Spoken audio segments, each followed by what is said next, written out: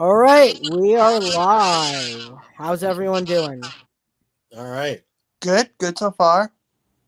So we got a special guest, our friendly neighborhood Tyler Man and Rick Man. Did I saying that right? Yes, you are. Awesome. So we're going to be talking about their series, the Undateable X-Men. So Tyler, do you want to tell us a little bit more about it? Yeah, our next episode next month um, is going to be Wolverine versus the X-Men, but because it's a parodies thing, it's going to be more of a legal case. The Hulk is suing Wolverine for property damage they've caused over the decades of them fighting. Rickman actually here is portraying the Hulk in this series. If you recognize his voice, he's also done Nightcrawler, and in this same upcoming episode, he's also going to be doing Captain America. But if you want to catch the first episode, as of now, it's going to be on YouTube. Meet the Undateable X-Men under my under my YouTube account, which Sean's going to be sharing later on. Mm-hmm. And other than that, working on some other series. That's going to be a little hush hush right now. All right. But Rickman, anything you wanted to mention? Where people can find you, your links. You want to talk about some of your character experiences? Sure. I You could find I'm an artist and illustrator as well as doing voiceovers now, and I am also a musician. You can see my stuff at rickmanart.com. You can also see my music on YouTube at YouTube/rickmanart. Um, and this is I've done voiceovers before, very small amount, and they've been just uh, kind of like really voiceovers that go with film type of a thing. I've done a couple of characters here and there, but with Tyler, it was very cool. It was a very cool experience, especially the first thing that he wanted me to do was Nightcrawler in the first episode of Undatable X-Men, and his what happened was he didn't have a voice, and I think you lost somebody. You had somebody, but you lost them. That's the And bad thing about this series. It's volunteer due to copywriting stuff. So a lot of the stuff is pro bono. And because of that, I don't want to say people aren't accountable of it, but they didn't take it as seriously as much, say, a paid gig would. I'm actually considering 86ing some lines because people haven't met the deadline for Wolverine versus Hulk. But that's a separate issue right now. But yeah, Tyler, he came people to me. have cut out for one reason or another. I'm looking for paying work. I'm not an X-Men fan. Um, One person didn't even. This is actually a funny story. I share more times than not. There was a guy who allegedly claimed to be the biggest Marvel fan ever, and when I was auditioning characters, I gave him Toad. But he gave me the Mario version of Toad for reasons I'm still trying to comprehend. But ultimately, we gave that role to Justin Evans, who's also doing Beast, Banshee, and Juggernaut. And in fact, Rickman and I actually just had a little conversation with him today before an upcoming project we're working on. Yeah, Tyler, he was talking to me. We just have conversations, and he was saying something about the fact that he lost a Nightcrawler, and I'm like, well, what are you looking for? And he goes, I'd like him to have a German accent. So I go, well, what kind of German accent do you want then? And he's like, okay, you could do it. I was like, all right, cool. And honestly, this is going to be a little fun thing. As many adaptations come and go, you're going to see some slight variations with characters, and this series is no exception. In this series, a lot of the X-Men are geeks and whatnot. Nightcrawler, in this instance, is a lot into the ecchi anime and manga, whereas Rickman is not a fan of anime at all. I'm just not educated in it yet. And Yet being the imperative word, by the way. What's that? Yet being the imperative word in this scenario. Yes. I am. I'm asking a lot of questions these days. So. Yes, indeed, we have much to discuss. So yeah, so once I did the Nightcrawler part, Tyler knew that he was able to come to me with whatever, and he needed a Hulk and a Captain America, and I'm like, dude, absolutely. I mean, I'm a big fan of Marvel Comics anyway. I grew up with Marvel and DC. I mean, my father read Spider-Man. Exactly. I see the poster behind you. Oh, check it out. He's got a Magneto. Oh, now I can't read your thoughts. All right. Yeah, Dad read Spider-Man to me when I was 3 years old. So this is it's in my blood. And so and I'm a comic book artist. I've done some independent comics and things like that. So yeah, I mean, when somebody asks you, hey, would you like to portray Captain America and the Hulk and Nightcrawler, I'm like, absolutely. I'm totally down. So it was very fun. So Rick, you're actually one of the biggest comic fans I know. Maybe you can answer this age-long riddle. Why is Batman 1 word, Iron Man 2 words, and Spider-Man 2 words with a little hyphenated in between them?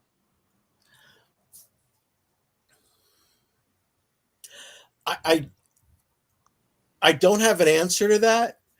And at first thought, when you say Spider-Man and Batman or Superman, you start thinking, all right, on the DC side, they go with one word, and on the Marvel side, they hyphenate, but Iron Man, one word. Or actually, wait a minute, Iron Man is 2 words, yes. But Iron Man's 2 words with no hyphen. No hyphen. I honestly, it's random. I really don't know. I don't know. I don't know that anyone's ever asked that question to one of the guys that created the characters, and I think we're losing them left and right. So I don't know if we better ask that question sooner rather than later. I mean, if something else I've noticed is that a lot of the times comics seem to have a boner for like one particular set of animals. Like DC has a lot of ape-based characters. You got Gorilla Grodd, you got Detective Chimp, Monsieur Mala, and a lot of spider characters in Marvel. A lot of bat-themed characters. It's like once a set of comics picks an animal, they do the Disney method and milk it to death. What I've noticed. That's true. Oh, it doesn't help that Disney owns Marvel now. Disney's going to own everything. It's like freaking Akira, just like one big giant blast of shit, just absorbing everything into its system. 10 years. Aha, yeah, welcome to Disney's Taco Bell. We have the Cinderella Chalupa. That's our special today. And then we have the Encanto enchilada. Would you like Taco Bell fries with that? Wow. I assume though that now that Tyler's used profanity twice, that profanity is okay on your podcast. Yeah, I'm pretty open to it. All right then. I'm not a Nazi or anything. I don't care. Whatever happens. I want everything to be natural. All right. Very cool. What's that? As one should be. There you go. Yeah. Which here's a riddle I have for the both of you. Okay. Has X-Men always been woke? I mean, I don't know that's a riddle, but yes. Well, I mean, this is a highly controversial topic. well, yeah, but when you're talking about woke, what you're saying is, has X-Men always been available to people of all walks of life and all races, creeds, and colors? And yeah, I mean, honestly, X-Men was an analogy for race relations in the United States, um, at the beginning, on the outset, and it's been pretty much going that way, and it's basically always been a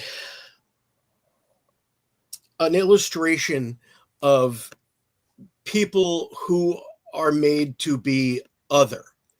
All right. So people of different colors, people from different countries, people of different uh, gender sensibilities. I mean, all of these people have been sectioned off in society. They've all been made to feel like they don't belong. And when you look at X-Men specifically, you have to see that X-Men, I mean, they've always been, down with muties, that kind of a thing.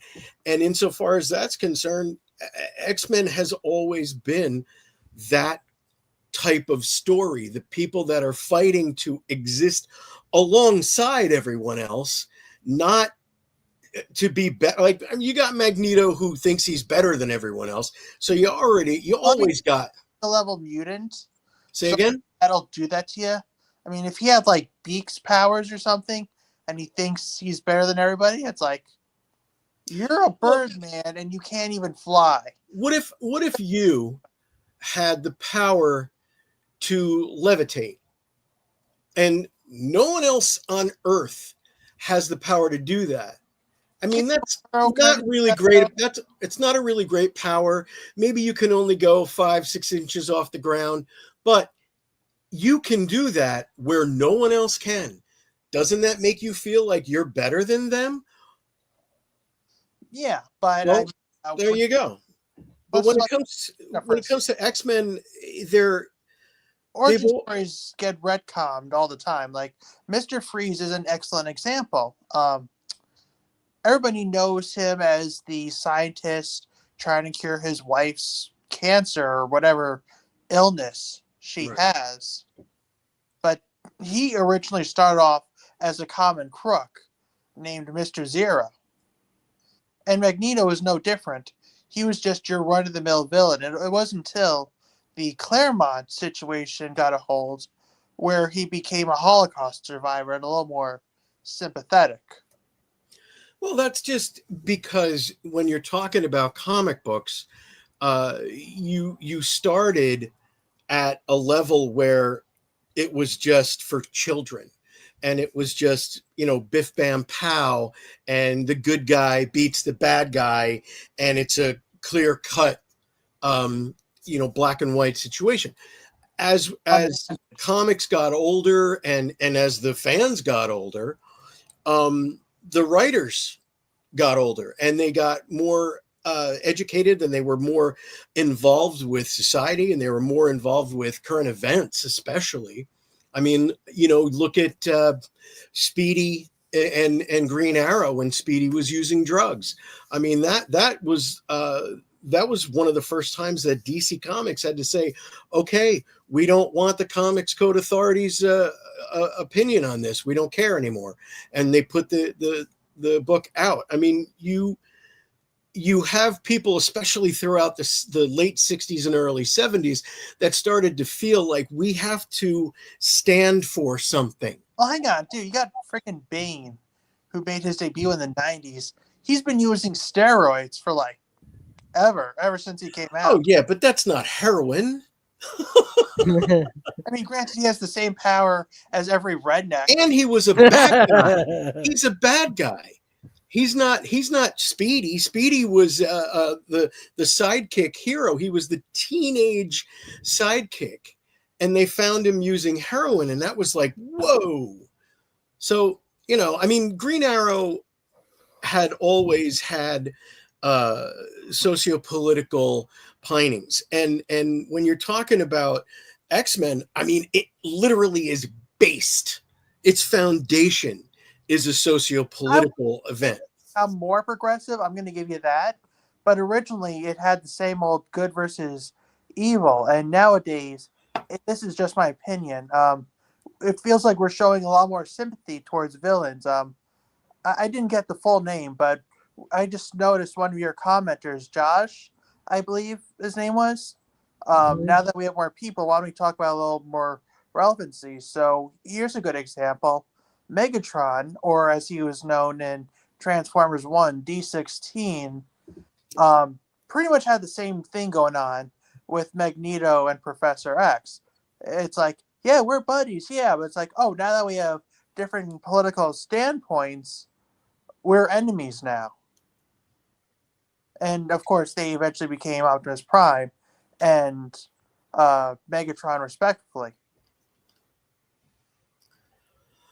Well, I mean, and you and I were just having a conversation a little while ago that centered around the Wizard of Oz and Wicked, and the same thing is going on with the Green Witch Elphaba.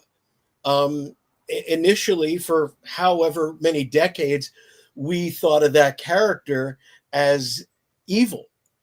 But then now granted, Wicked has been on Broadway for decades as well, but great show if you haven't.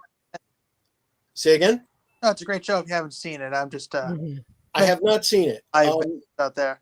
But I'm especially now inundated with all of that information, and in reading a treatment of the movie, it becomes clear that supposedly the character of Elphaba is a sympathetic character as opposed to a villain, and the villain is the mayor of the city of Emerald City. And in the end, what happens is you have the Wizard of Oz movie being propaganda, and I was like, whoa, that's crazy. But at the same time, it's really just a matter of everyone being everyone, and I mean everyone in the world. I mean, you add any sort of sympathetic or upsetting reason for something, any villain could look, you can understand the villain for any motives. Hell, if you go to the art school Hitler was kicked out of, you can understand why he started World War II. I mean, obviously it's not that bad, but I'm just saying an example. Or back to Marvel Comics, what's the line of understand me for villainy? Like Killmonger. Like, I've seen so many people sympathizing with Killmonger. It's like, bitch, that guy has kill. We can go all the way back to the cartoon Felix the Cat. Yeah, and there was a character in Felix the Cat, the professor. And every time the professor comes up with these wacky harebrained schemes, and in the end, Felix always foils his plot. And the professor literally always says, "I want to be the hero. I want to be the hero." And literally he's saying, I wanted to be the good guy. I wanted to do something. And granted, he's completely messed up. He's out of his mind. And doing what he was doing was never going to make him the hero. But in his head, he thinks he's good. No real villain. I say real, and I mean, even in today's world, are truly no real villain thinks that they are the villain. Of being villainous. And it's funny you mentioned that. Well, first off, we still need to figure out what the line of understanding a villain and forgiving one. We got to understand that line. But funny you mentioned that Felix the Cat thing. I did an episode with Greg Wiseman a while back. We were talking gargoyles. He told me about David Xanatos, portrayed by the ever-talented Jonathan Frakes, and how he created that character. And funny origin story, ha.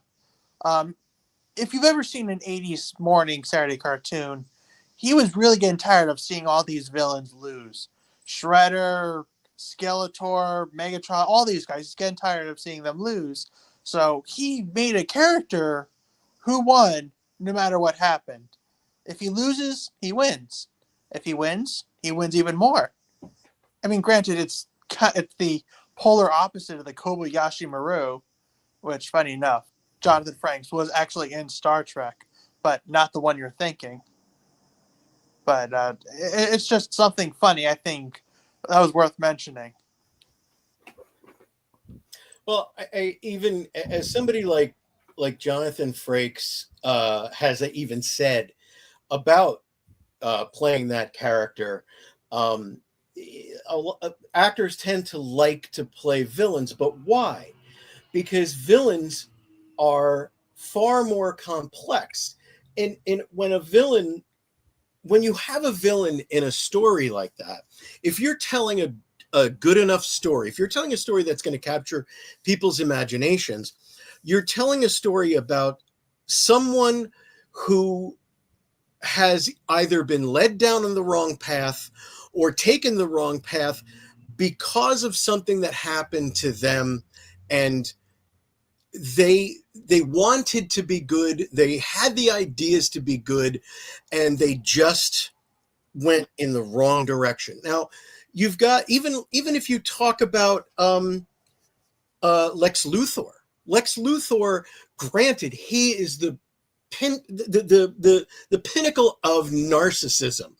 Okay, he is the quintessential narcissist, and he is out for himself. But initially, his whole problem with Superman is because he doesn't think an alien can or should be better than a human. And it's like, I'm human. I belong here. I need to be the best. I want to be the hero. Well, I mean, narcissism is kind of like the weird love child of pride and lust. But riddle me this.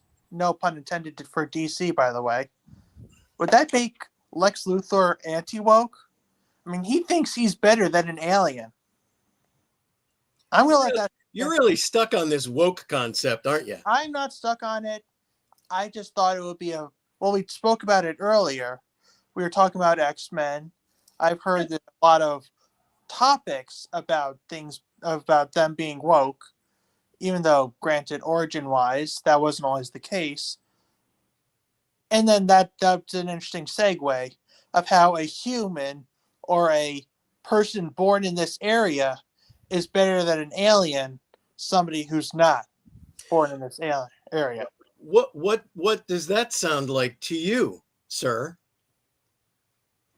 Anything, I don't know, maybe in current events that you could maybe point to that is maybe happening right this minute?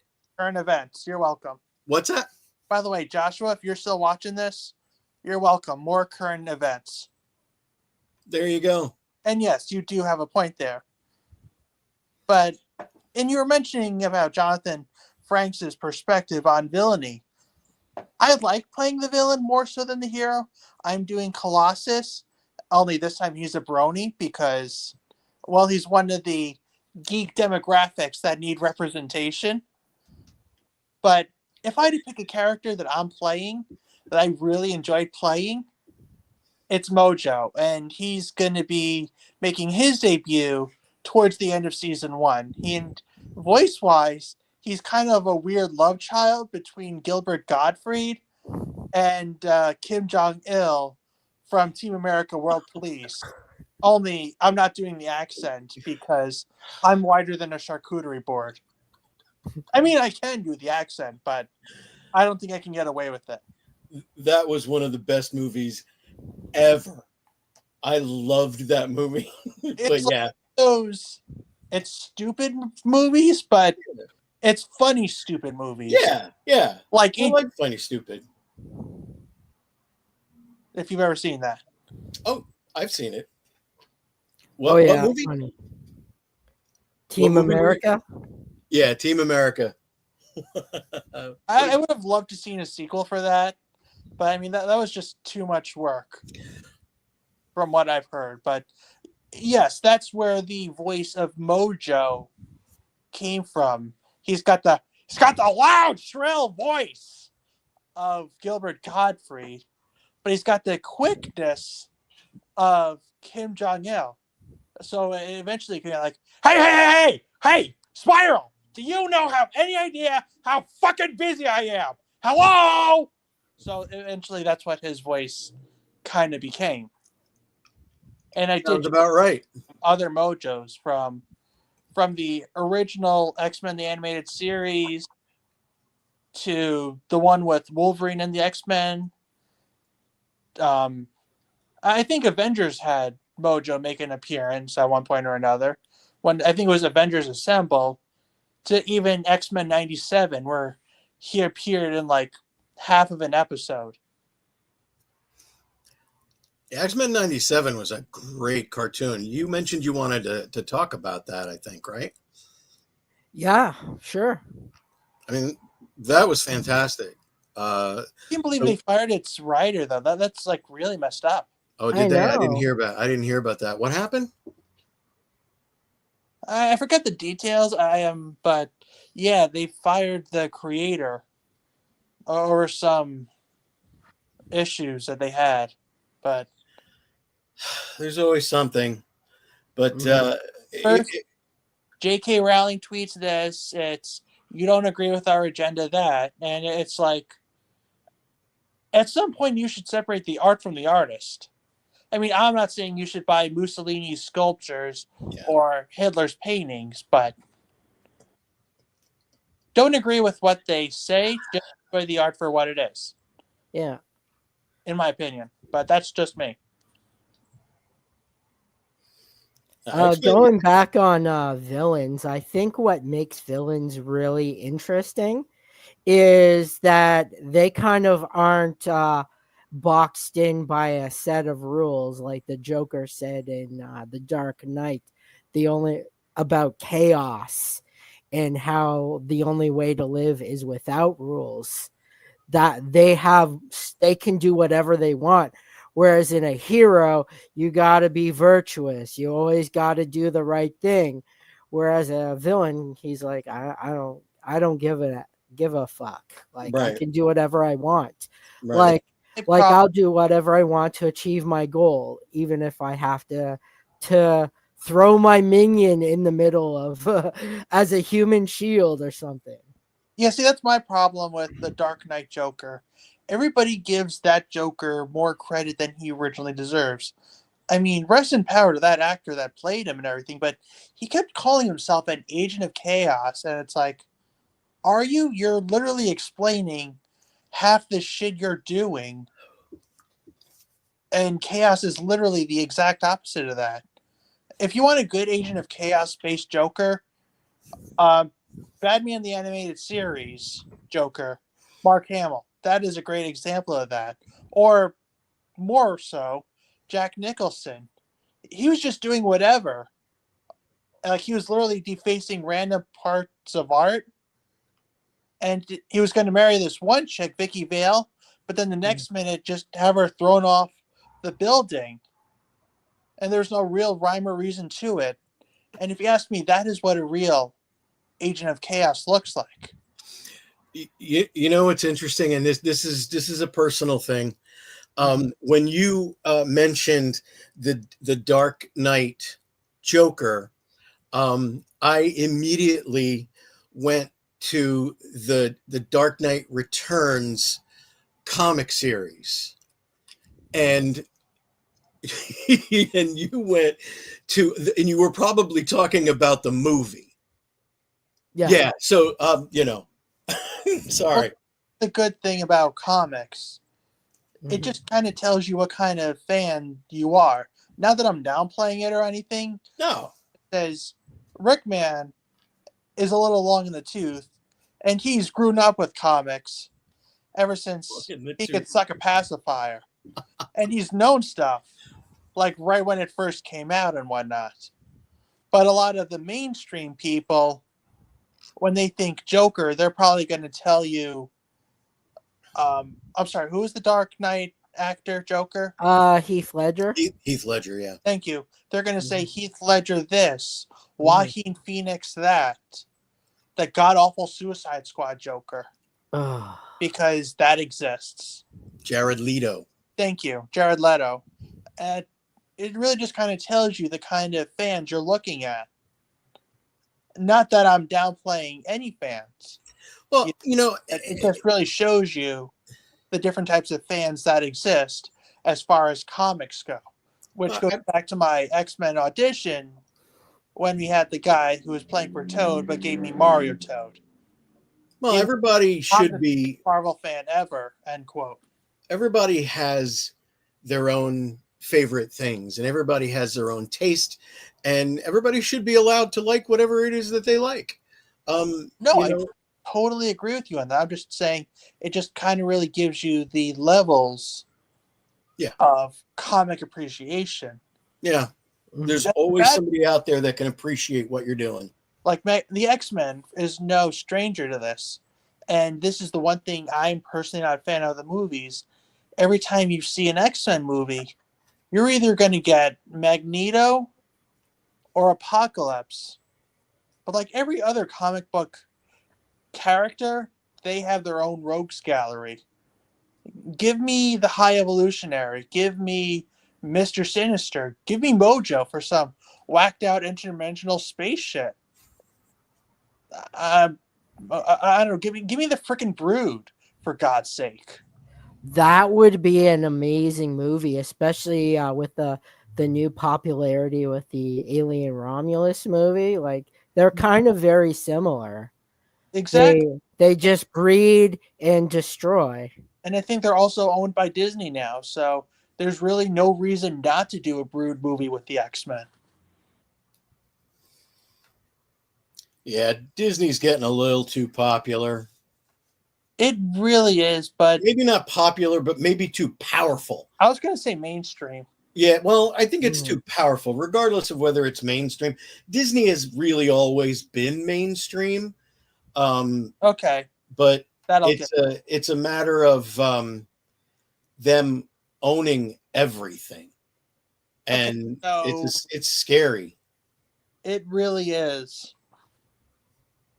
Well, I think with Disney owning everything, I feel like it takes like the creativity away, because you don't have all these people competing anymore. It's just one company. Like Star Wars is great because they just tried to tell a good movie. Now they were just trying to be like, okay, let's just retell Star Wars again. I spoke with when I started my podcast was Marlene Sharp, who introduced me to several great guests, including Greg Weisman, creator of Gargoyles, hashtag keep it in Gargoyles, by the way, Ken Weiselman, who created such series like Thomas the Tank Engine and Teletubbies, and Warren Davis, who was the creator of Q*bert. And when I had her for her very first podcast episode, it's more the entertainment business is exactly just that. It's a business more than anything else. So I guess in short, little E, big B. It's true. And I think this is one of the reasons why I believe that independent comic books are never going to go away.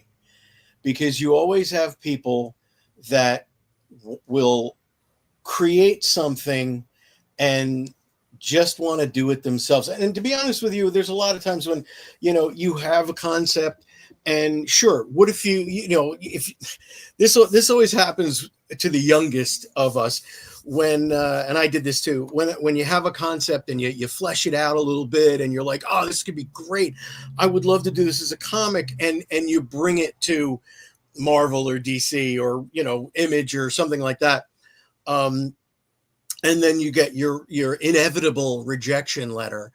And I got a couple of those initially, and I said, you know what, I don't really care Yeah, and DC anymore. I wound up going to the Joe Kubert School, which I don't know if you heard about that. Joe Kubert created Hawkman and Sergeant Rock, and he has a school, or he sadly passed away, but there's a school in Dover, New Jersey, that bears his name and is run by his children.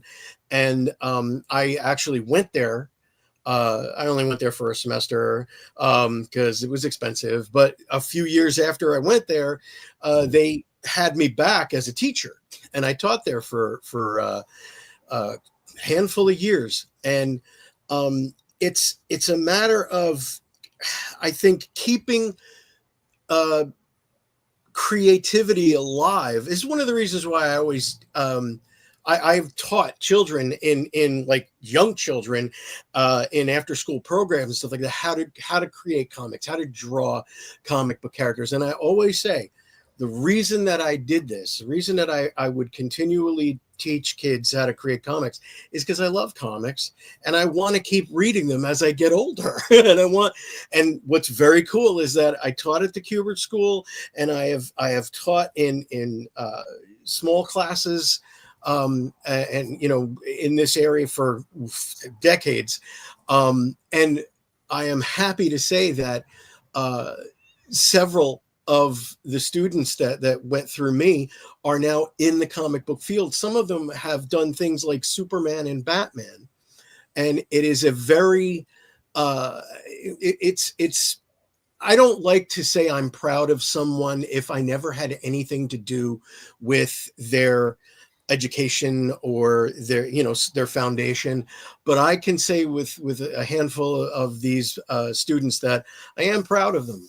I'm proud of my students that went on to keep creating.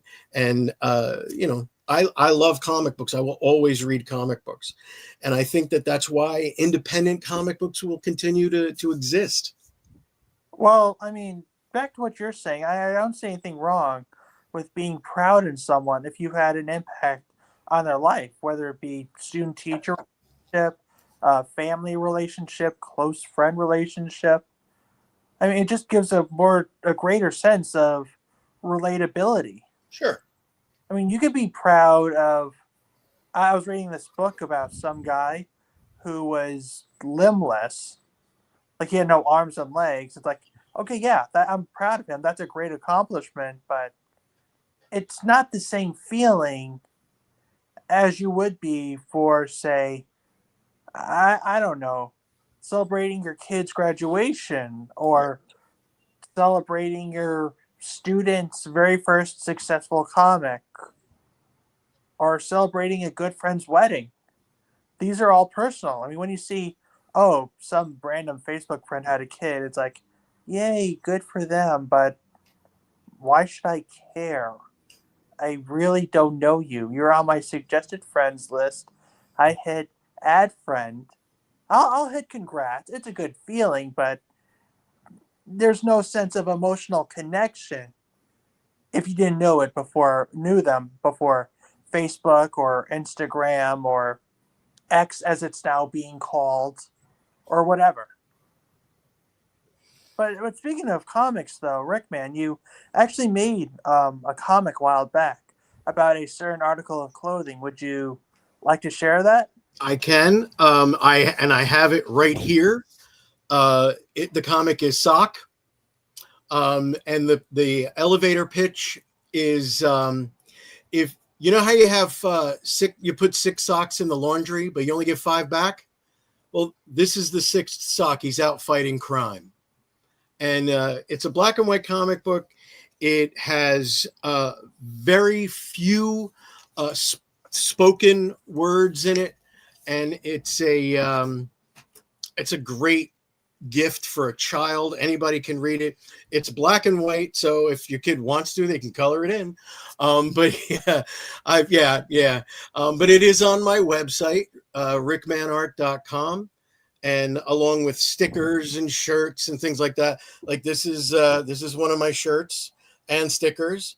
I got all that kind of stuff. I am an artist, and that's how I make my living. So forgive the shameless promotion, but I kind of have to, so I can eat and pay rent, things like that. Well, that's why we're all here. And because you have wrong chromosomes for an OnlyFans page.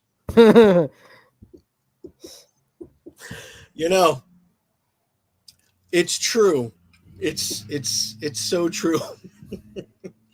You know, the beard kind of would be a problem too, I think, right? Yeah, see, if I were any X-Men mutant, I kind of hate myself for saying this, but if one of the first X-Men mutants I would want to be is Mystique. So that way I can just transform into a different woman.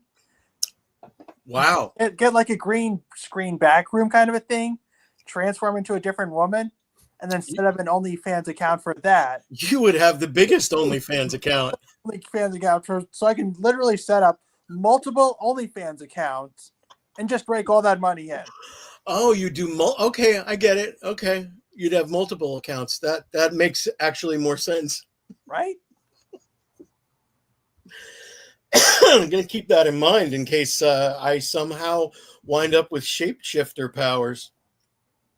It hurts no one, and it makes money. Why not? Yeah, and you can also shapeshift into different guys and say, I bought her video. See, that literally proves that narcissism is a love child of pride and lust. All right, there you go. Point made. Very cool. Plus, it easily has one of the most, I want to say, well-rounded uses. I mean, don't get me wrong, characters like Cyclops and Wolverine are cool, but how are you going to use bone claws every day for an everyday situation unless you're a bodyguard, or freaking concussive blasts unless you're a bodyguard? Like, if you're an average Joe, how are you going to use these powers? Like Nightcrawler, it's like, okay, line of sight teleportation, you could use that because, like, holy shit, I have to use the bathroom and it's all the way over there. Just teleport there. Unless somebody's already in it. And What? then you're going to be in trouble. Right? Or freaking Shadowcat. You just, like, freaking walk through walls. I'm sure that's gotten her in trouble before. It probably has. Or I don't know, who else is another mutant that has, whose powers could be seen as like an everyday thing? Angel. It's like, look at all those mooks stuck in bumper to bumper traffic. Anybody that has an alternate means of transportation as a power is always going to enjoy their power more. Apparently, power is being magnetically drawn to cats. Say hi. Hi, Cleo. Hello. There she is. Yeah. You need to open an Only Cats account. There you go. Yeah, you do. I think Beerus would like that. For the record, Rickman, Dragon Ball reference. Yeah. I'm sorry? Understand, he's not as weeb as we are. He does more of the Western. I'm not as what? Weeb centric. Anime. Who is fascinated and enjoys Eastern mythology and media like anime and manga and hentai. Because I stay away from that, but because apparently live action women are too mainstream. All right. which not to, but I don't see the appeal. Just so you know, I really like live action women. Just putting it out there. And proves it. Okay. I'm coming out as liking live action women. Would you also like that in writing audience? I mean, for the record, he could be a shapeshifter trying to pose as Rickman. That's right. You don't know. You don't know. Or he could be AI for all we know. Hey, don't even joke about that. That is some scary shit. Yes, it That's is. like Ultron level shit. Check out my fingers. You could tell I'm not AI. I swear it just keeps getting better. Like You mean worse? that too. But I was just testing it out, and I don't know if it's like looking at the things that I write, but I just tried it out, and I gave it I didn't give it the whole story. I said this is what I want, and it wrote it the way that I would have wrote it. I'm like, is this thing analyzing all the things that I write? There are a literal series of movies as to why artificial intelligence is a bad idea. Yeah. This is what I keep saying. It's like every time, I mean, for decades, every time I would see a story on AI, I'm like, have you not seen a Terminator movie? Seriously. Just watch one. There's 8 of them. Watch one. It doesn't end well. Nope. Speaking of Terminator, I'm waiting to get my copy of Terminator Survivor for the PS5, which is now in limbo because the Canadian postal strike. But when we get it, it'll be available on our rental services. So for any of you in the Ottawa area, we're going to get new games. See, here's another fun topic. Movies turned video games. It's a common thing Yeah. we see. Do they execute as well as they should? I'm more of a fan of video games that are original video games. And it's not just limited to console stuff. World of Warcraft, phenomenal example. It's original thing. It became a movie because money. I think I personally prefer the games that are original games. I mean, sure that you can take some from comics like Marvel vs. Capcom, phenomenal example there, or any of the Arkham video games. Mm-hmm. Which, Rickman, you're a longtime Batman fan, right? I am. Okay, so you've seen some iterations, both media and comic-wise, of many of the characters there. Yeah. Mm-hmm. Design-wise, would you say Killer Croc has the most widespread design of Batman villains? I mean, Penguin is always going to be a short individual, monocle, hat, umbrella. Two-Face is always going to have the asymmetrical thing going on.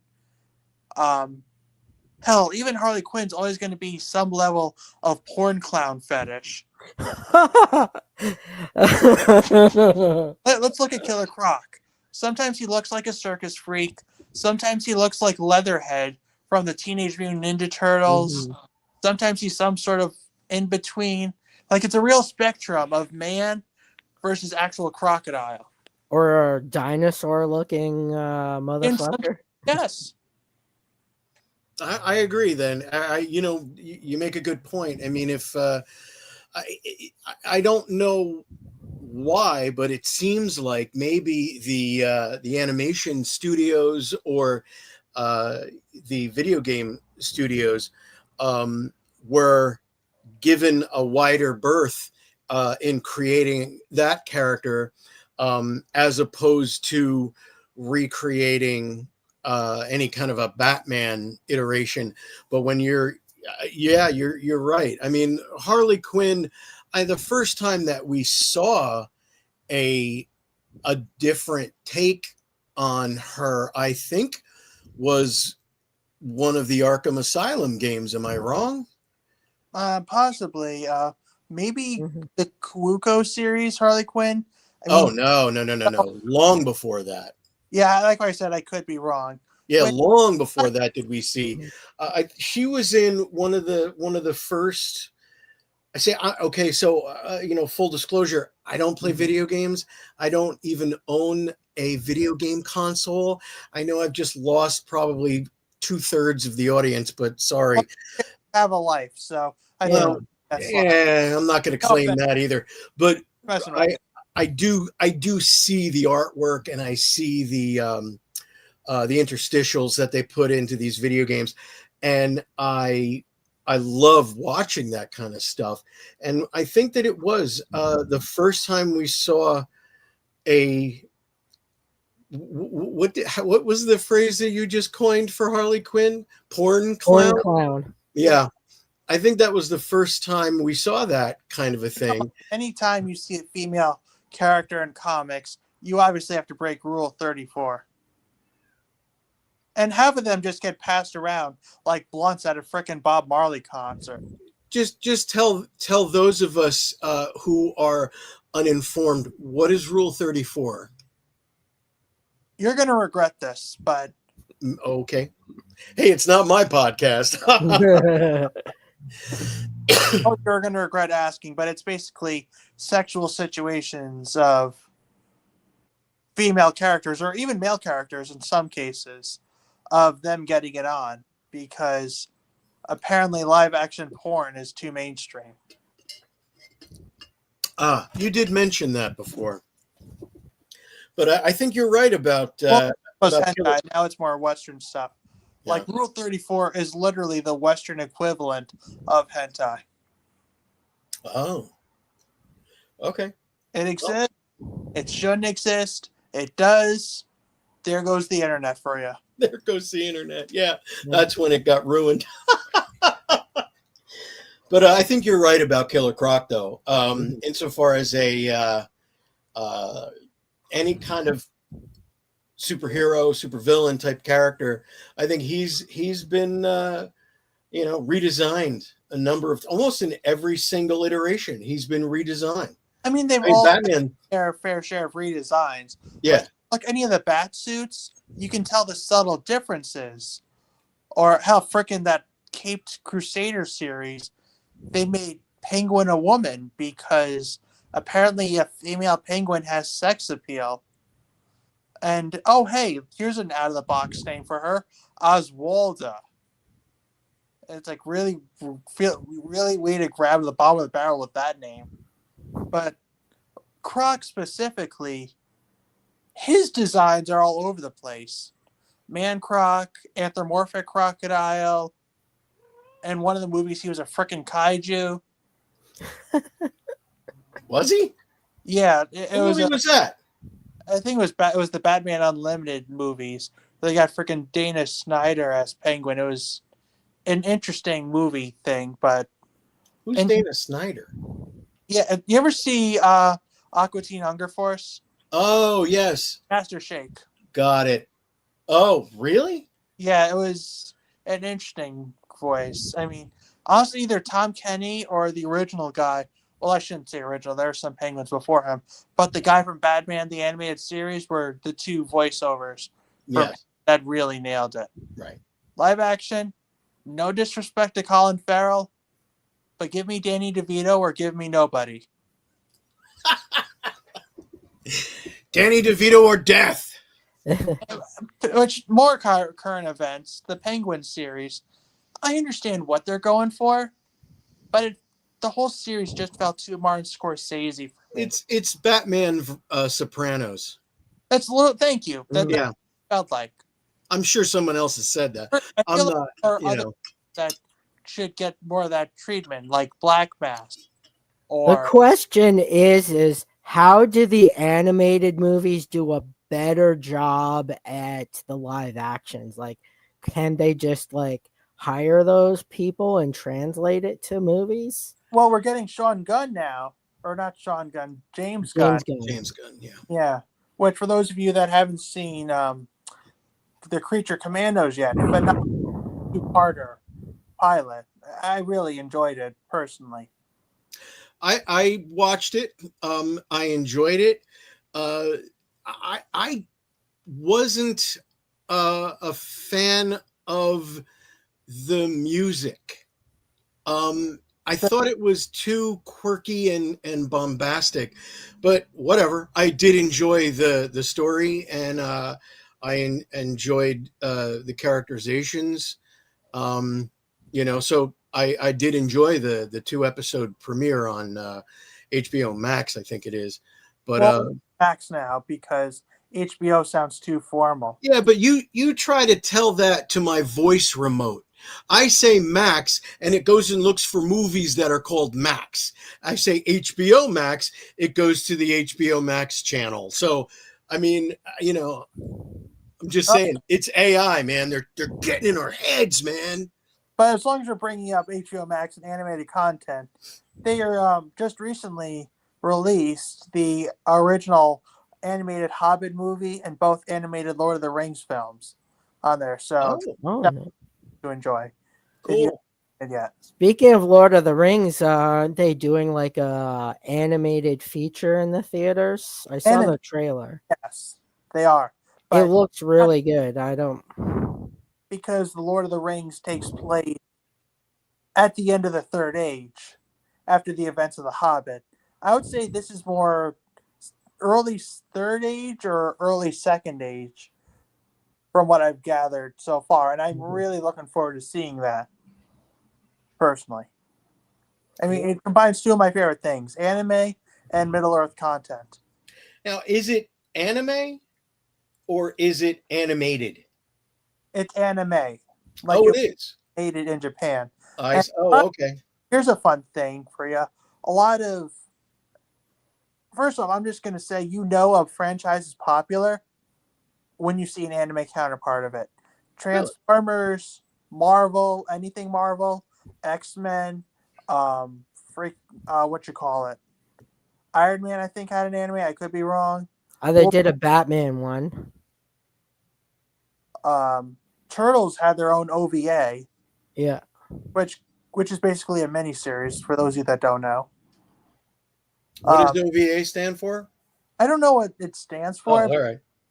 but it's shorter. Like I would say, 6 episodes. All right. So it's a limited series. Mm-hmm. Basically, yes. Got Rick it. and Morty had one, which, spoiler, not worth your time. Maybe if you get stoned and watch it, but Which still, one? I wouldn't recommend it. Which one is this? Rick and Morty. Oh yeah, I love Rick and Morty.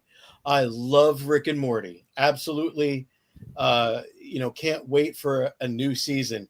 But when that came on, I was like, all right. I mean, I don't know. But I love Rick and Morty though. No, it's good Dan Harmon is amazing. satire of both comic genre, pop culture, Science fiction. Yeah. Mm-hmm. freaking Back to the Future. Yes. Well, yeah. I mean, probably that initially it was going to be the professor and Marty. It was literally going to be that. And whatever studio they went to first was like, no, we're not doing that. And they were like, all right, let's change his name and do something else. And they did. And wow. I mean, Yeah, the real 0 to 60 factor. Can't say I'm a fan of the voice change, but the show must go on. Yeah. Yeah, you do. My You do. favorite part in Rick and Morty is the first episode, the pilot, when they're trying to get back home using the interdimensional thing, and he says, "You're gonna have to do me a solid. We got to go through international customs." I'm like, I know where this is going. You gotta take this and shove this way up your ass. As far as it can go. And then they're getting to the portal and he's like, you gotta cover me. And he's like, I don't want to shoot anyone. And then he's like, they're robots. It's okay to shoot them. And he's like, Rick, they're not robots. It's a figure of speech, Morty. They're bureaucrats. I don't respect them. I thought that I just hate bureaucrats, and I thought that was so funny. Yeah, that was great. I mean, that Episode honestly, I didn't watch when it first came on. I wasn't available to watch it. And then when subsequent seasons came on, I was like, but I want to watch it from the beginning, and I didn't have any way of doing it. And a friend of mine came over and she's like, you haven't seen Rick and Morty? Oh, and she put her, I don't know what it was, Hulu or whatever it was on, and she put her account in, and I think we watched at least the first season in one sitting. It was amazing. I absolutely, and I haven't missed a single episode. And now that it's all on Max, I watch it every so often. I'll pick an episode and I'll watch it. I think the last one I watched, Thing in that series, I think it was just phenomenal. I mean, you got the same guy that voices Cyril Figgis from Archer, right, as the dad. as Dad, Jerry. Fucking hilarious. And the girl who the woman who played I forget her character name. She's the blonde woman that is on Scrubs. Oh, Sarah Chalk. Sarah Chalk. Well, I forget her name in the series, but Sarah Chalk plays the mother. Oh yeah, Beth.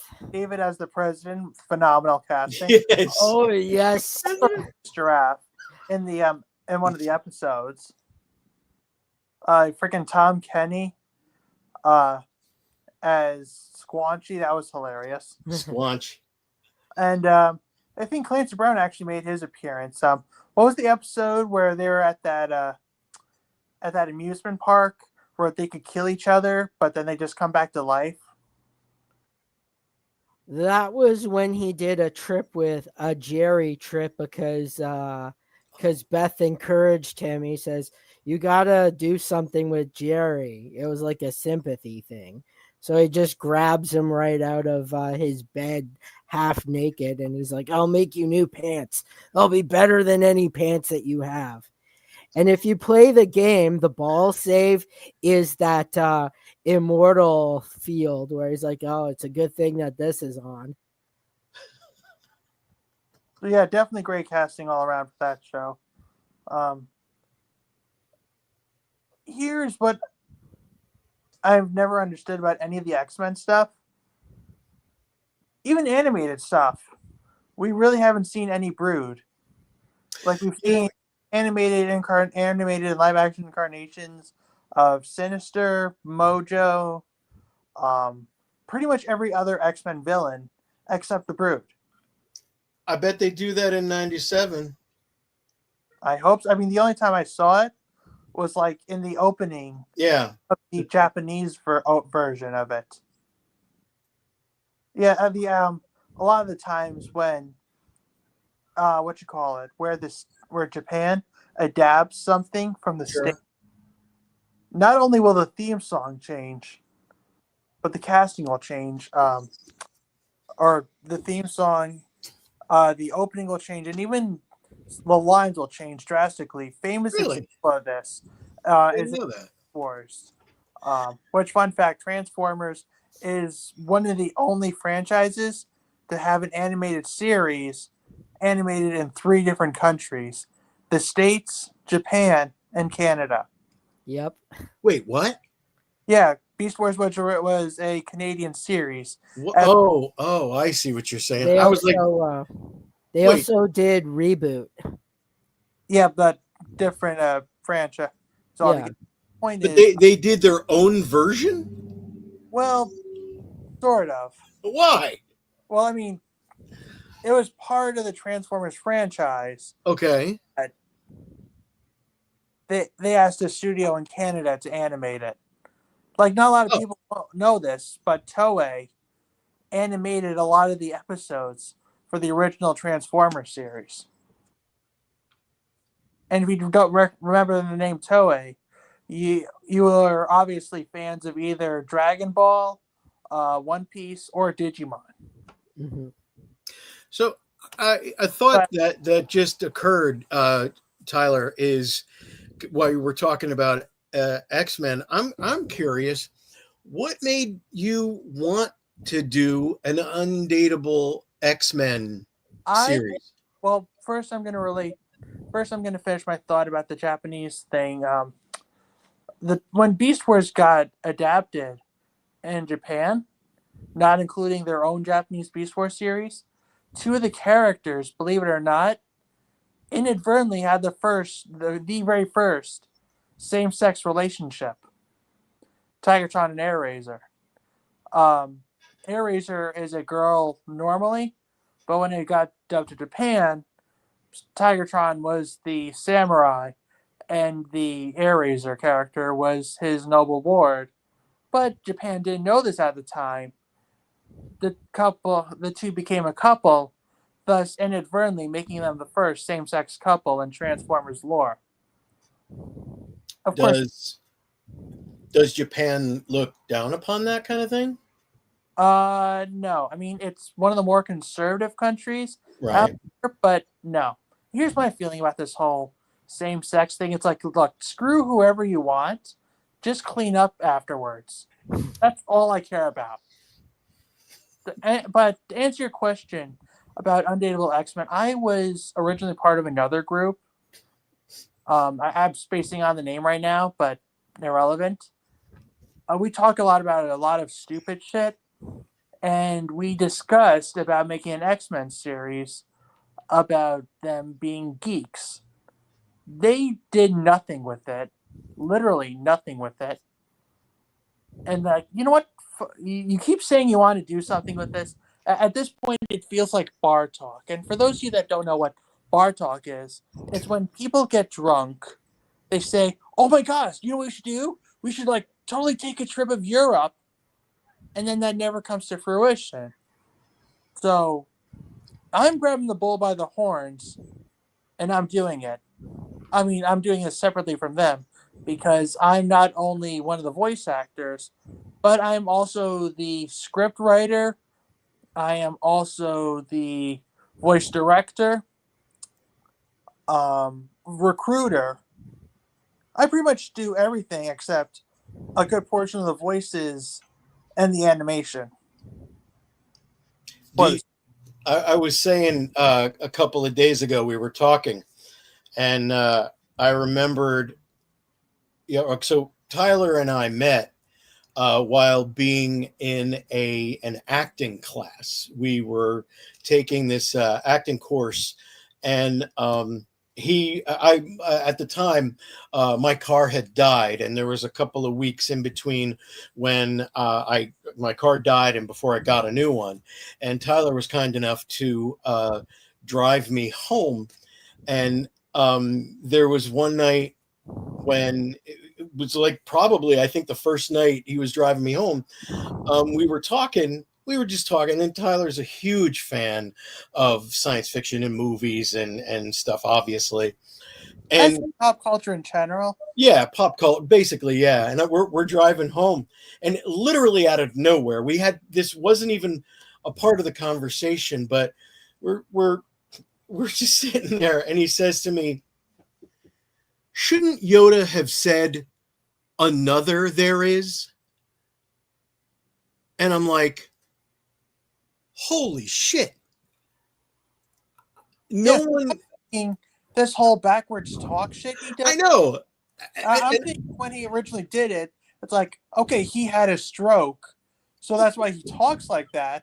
But now he's talking like this intentionally just to fuck with everybody. But it came out of nowhere, and there was no preamble. I don't think we were even talking about Star Wars, but he just said it, and I'm like, oh shit, this guy is thinking in a different level. And he really is very he's like the Energizer Bunny when it comes to projects. He's got like 3 or 4 different projects at any given moment, and it's cool. I'm happy to. I'm glad you said that to me at the time, because I would have been. That just blew me away. It just was like, oh, this is something different here.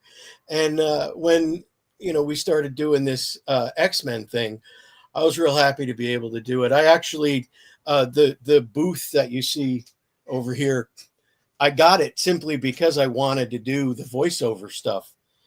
So I started doing that, and I was, and I got to play the Hulk. I got to play Captain America and Nightcrawler. So I'm real happy about that. Yeah, that's range right there. I mean, a lot of the stuff I do, I would say named characters. It's either Colossus or Mojo, but I'm kind of like the Frank Welker of the series, where a lot of the stuff I voice are just like animalistic sounds. Or if we're going to go for modern Disney stuff, I'm the Alan Tudyk. Oh, is it Tudjik or Tydick? It's shut up about the pronunciation. Everybody knows what I'm talking about. All right, then. I don't know, dude. I just know that he makes an interesting Joker, but a great clay face. And Wash on Firefly. There you go.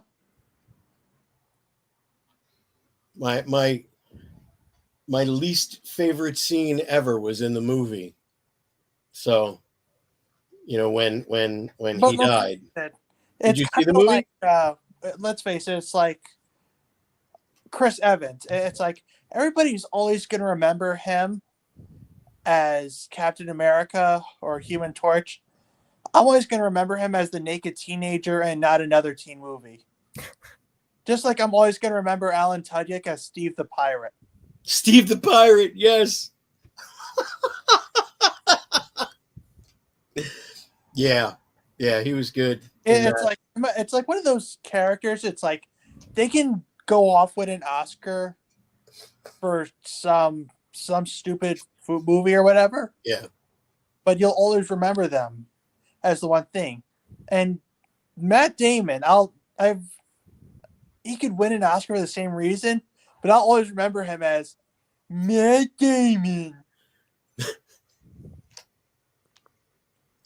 For those of you that don't know, that was another Team America World Police reference.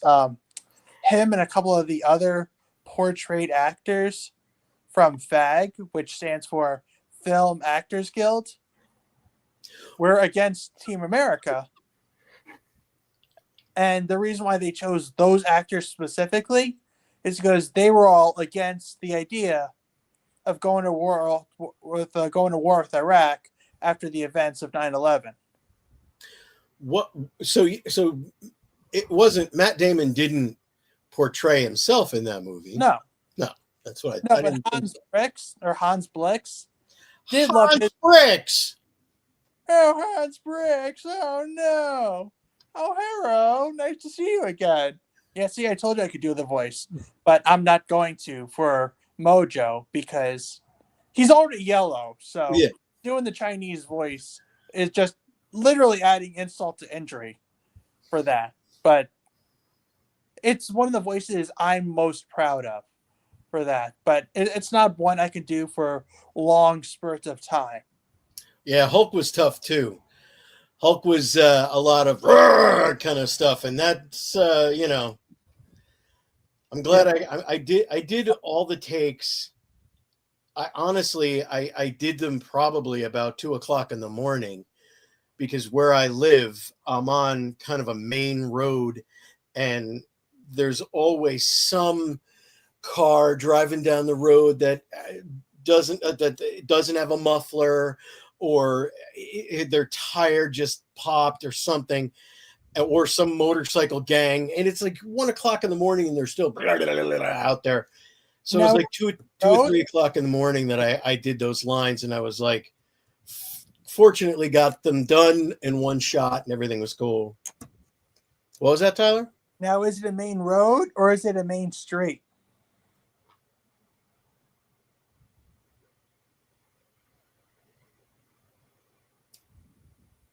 I must say road, because they call it a county road,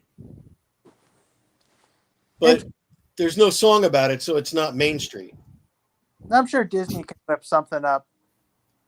You got that. Okay. I mean, if you can sing a song after an emotional scene of a dead lion, then I think they can whip that out of their asses. Your take on things is always amusing. Well, as long as you want to hear my takes and something Disney related, riddle me this: if Zootopia has an ice cream shop, where the hell do they get their milk from? Have fun with that. Or here's another one. If there's only Pokemon in the world, are they eating other Pokemon? Actually, some of the descriptions they have state that they do eat other Pokemon. Like when Gen 2 first came out, one of the Pokemon said that they actually ate Pidgey eggs.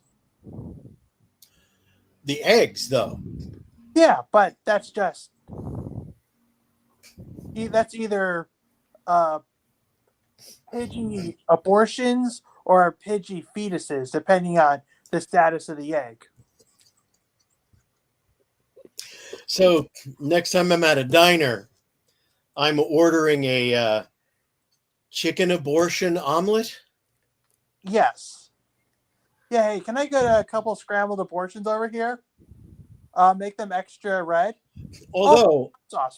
relevant to X-Men, I do remember in an issue of X-Men where who's the guy with the three fingers that throws the stars? Not entirely. He came from Mojo World. I want to say Shatterstar, but Not Shatterstar. What was that? He's the guy with the star in the Long eye. Shot? Long Shot. Thank you. Brain old. Anyway, I remember Long Shot being at breakfast and asking for chicken embryos. So yeah, right there. if we're gonna talk a messed up food logic, it's like, hey, can I get a cheeseburger? Oh, you mean dead cow remains with its lactations on top? Yeah, okay. There you go. Yeah, I saw a really funny meme that says that with a kid looking at a cow and he's like, hi hamburger, and then there's one that says I forget what the animal is, but the cat, when it said hi to the cat, he's like, oh, hi Kung Pao chicken, or something like that. I had a friend that named his cat Mushu. We all called it Moo, but its full name was Mushu. So. It's funny. I have this one friend that keeps sending me videos of how cute pigs are, and I'm like, you do realize pigs are cannibals, right? If they're okay with eating each other, then why aren't you okay with me eating them? But she's all like, oh, but they're cute and cuddly. I'm like, yeah, cute and cuddly with lettuce and tomato and some mayonnaise on white toast. Cute and cuddly and delicious. Yeah, I mean, I would be kosher, but I like bacon cheeseburgers way too much for that. I'm just saying. Yeah, half of my family is Jewish, and Mazel tov. And we on a Seder we don't eat anything like that, but I'm always out with a hamburger. If I'm ever getting a hamburger, it's a cheeseburger. So I tried being vegan, or at least vegetarian, because I never gave up cheese. But one of us. Yeah, I failed. I failed God. miserably. I'd become vegan if it gave me superpowers. Well, hang on. What kind of superpowers are you getting? There you go. The telepathy from Scott Pilgrim versus the World. Why would you want telepathy? People are sick. Do you really want to see what goes on their mind? Like, you go walk through freaking Arkham Asylum and you end up reading half of their minds. Next thing you know, you're a patient in there. You've thought about and the telekinesis too. Okay, see, that is there we go. Something more useful and practical. Thank you. And you? Or useful. And you, Tyler? I have a list of superpowers I would want. If you could only have, I would go the 2 or 3. Have shape-shifting powers, and then I would use it to mess up with some of my friends. One of them are married. I would transform into one of the couples and start making out with one of them, and then change back into myself. And I'm like, dude, I fucking got you. Wow. Technically, you didn't cheat because my DNA matched theirs. Wow. Huh. Yeah, I know. That's like it's messed up, but in my Yeah. experience, a lot of the shapeshifters are either espionage people or pranksters. Yeah. Like, I mean, what else do shapeshifting abilities for? There you go. I would want, and I know this it's like an eye roll, but I would want the healing powers. I would want to be able to heal. Yourself, like Wolverine and Deadpool, or others? Yes, but I would also want to be able to heal others. See, And to have that power, I would pardon want me? that, but that way, like, say if I heal somebody else, Right. I would use my fat energy, like all the fat in my cells, so Yeah. that way it would be a good way to lose weight while helping somebody else. Wow. At the gym? Oh no, thanks. Win-win. Yeah, it's Yeah. like give me a broken leg, and I can lose like 10 pounds that way. Right. Well, Probably keep eating for it to work though. Oh, okay. All right. It's like when you actually start looking like Fat Bastard from Austin Powers, it's like, okay, bring me a shit ton of people. Yeah. Well, the thing about healing though, you'd have to try to keep it to yourself, or at least try to keep it private, because if you were, I mean, I then have to have at least invulnerability or teleportation or some other Well, what I mean, power, extent of because your I'd have to escape from whatever government was trying to capture me and dissect me so they could figure that out. yeah, but if they're dissecting you, that wouldn't work because you would automatically heal right back up. That's true, but they'd probably figure out a way to do it. So like every cut they make does nothing, And that's torture. right, which is why X-23 will always be a virgin because her hymen grows back. Have fun with that knowledge. Oh, my brain. Hey, I'm not the sick fuck that wrote that. These oh no? All right. All right, it's time to get the eye bleach or mind bleach or whatever. Well, thank you for having us on the podcast. This has been very fun. Did you want me to play a few minutes of the episode, or is everyone ready to head If you up? want to play a couple of minutes of that, Rickman, you got any objections to that? Absolutely not. Oh, quick shout out to Mr. C for making the theme song. Quick shout out to Sydney for animating it. Quick shout out to Crispy for funding it. Quick shout out to Kayla, the original editor. And a quick shout out to everybody involved in the pilot episode.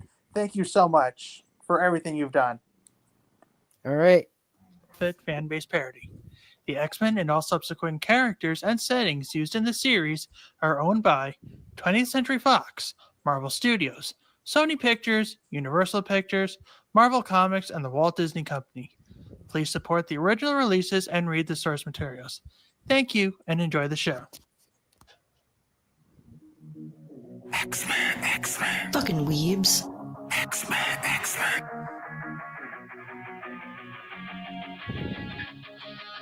Heroes by day, losers by night. Can't get laid to save their lives. Untouchable, unrelatable, being awkward. Yeah, that's undeniable. Undateable X-Men, that's the proof. Weirdos in action, yeah, that's the proof. Even when they win, yeah, they freaking lose because they act the fool. They're not even cool. Undateable, it's undeniable, indescribable, unrelatable. Out there for the world to see. Even they act like they can't believe it. X-Men.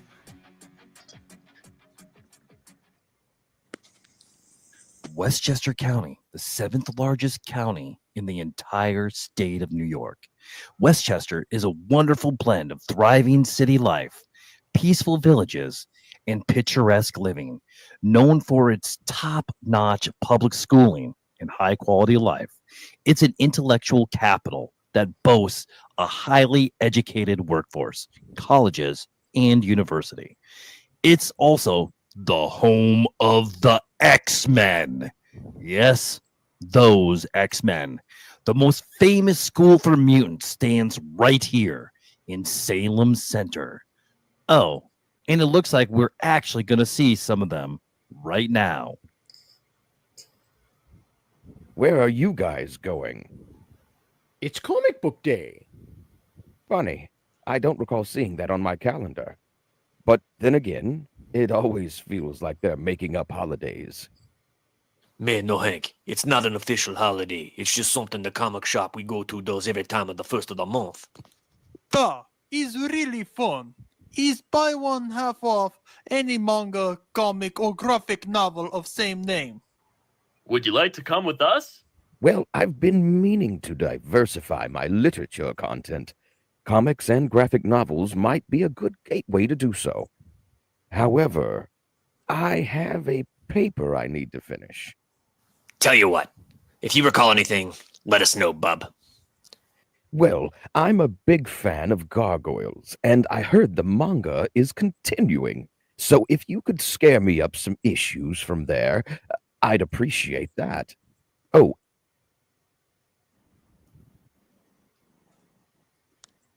So that was episode 1 of Undateable X-Men. Or at least part of it. Part of it. We don't want to give too much away.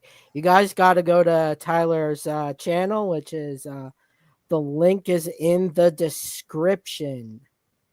Well, the channel is what is it called, Tyler? Long story short, I used to start making sandwiches as part of the YouTube channel, and because, well, I'm a comic fan and letter alliteration is awesome, I did that. So, you know. What's the name of it? My username or yes, the name of your website. Much Sultan, but just look up Undateable X-Men and you're going to find it that way. Sandwich Sultan. Yes. Right. Okay. So that would be a fun comic book villain. There you go. Have him sound like Apu.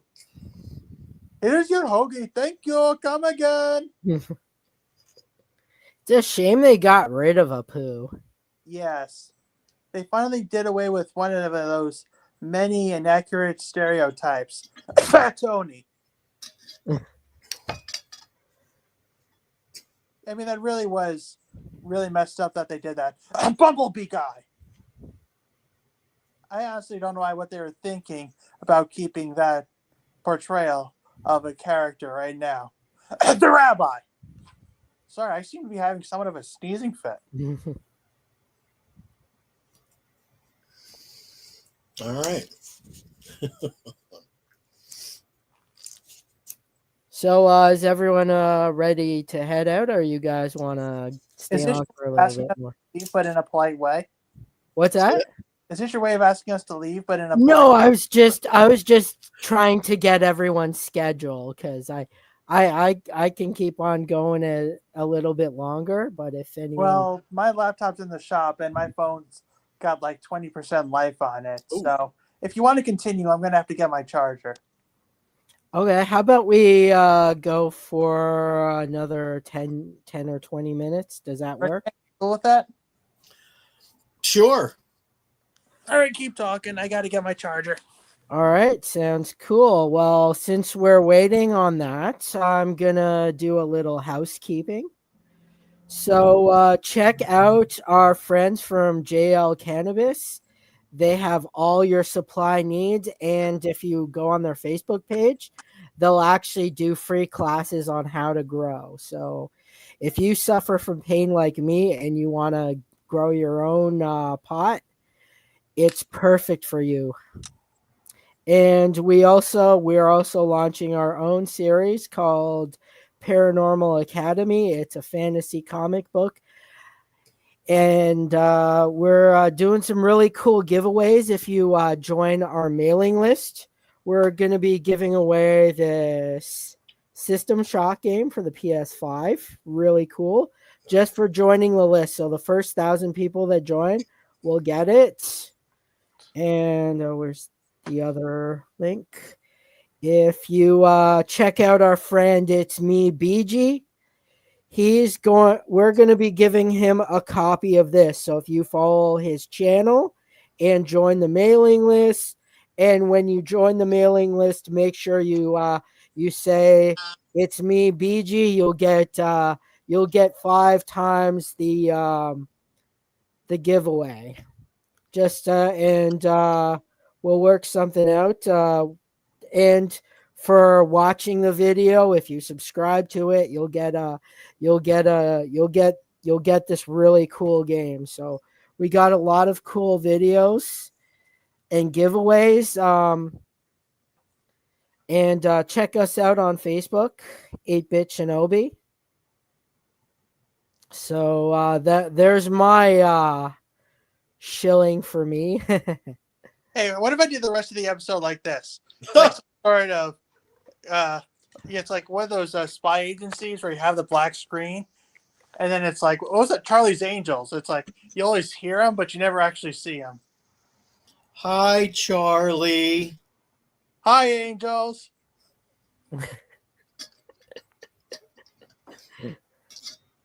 And now I'm back. Welcome back.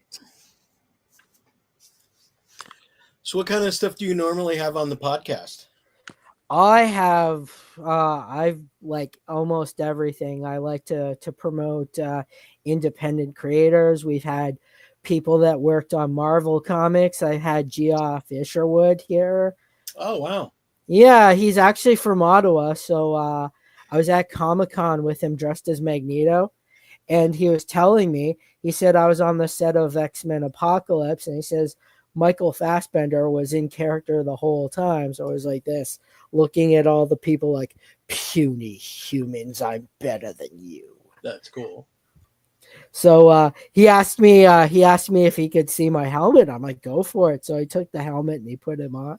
And I took a picture of him. So nice. Yeah, Very he's cool. currently writing Conan the Barbarian. So those of you that are Conan fans, go check it out.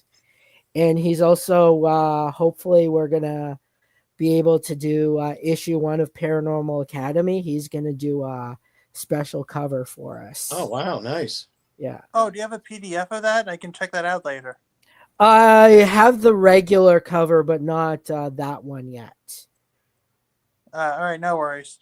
Very cool. Yeah, we got a couple. I got one panel done. I've got like the story done, and since I'm waiting on the artwork, I like to keep busy, so I wrote up to 15 issues so far. Wow. Yeah. Very cool. And I also got like this side project, a couple of side projects I got going on because I feel like sometimes I get bored of a character and I kind of like want to like write different things. So I'm currently writing a story that my daughter came up with. She had this idea of a ghost friend that she would go on these adventures with, and our dog recently passed away a year ago. So I kind of I knew what I was gonna do with it, but I didn't know like what the story was gonna involve, the plot line, and I thought about what a good story of helping kids go through the loss of a pet. So we made a story where the first act of it is about this kid. She moves away with her dog. There's kind of like I kind of hint at the dog's not well, and then one day the dog passes away in her arms, and then she's like totally heartbroken, and then she meets this ghost, and the ghost hasn't had any company for a very long time. So being able to meet a person, she's like, I can help you.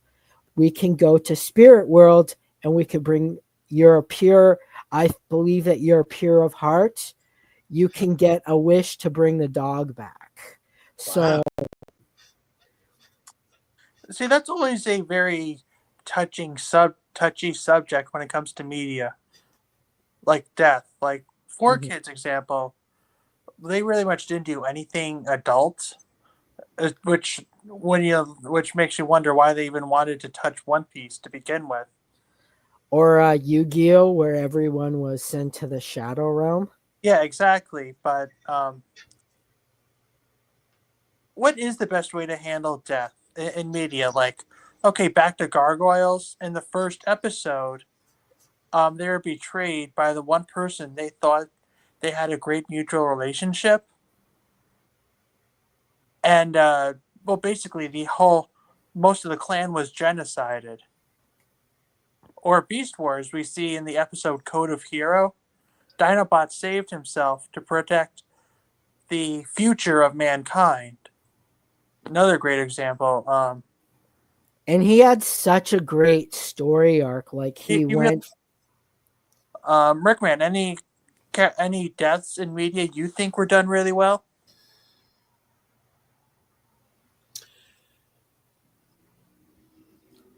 The death of Buffy's mom in Buffy the Vampire Slayer, that was heart-wrenching. There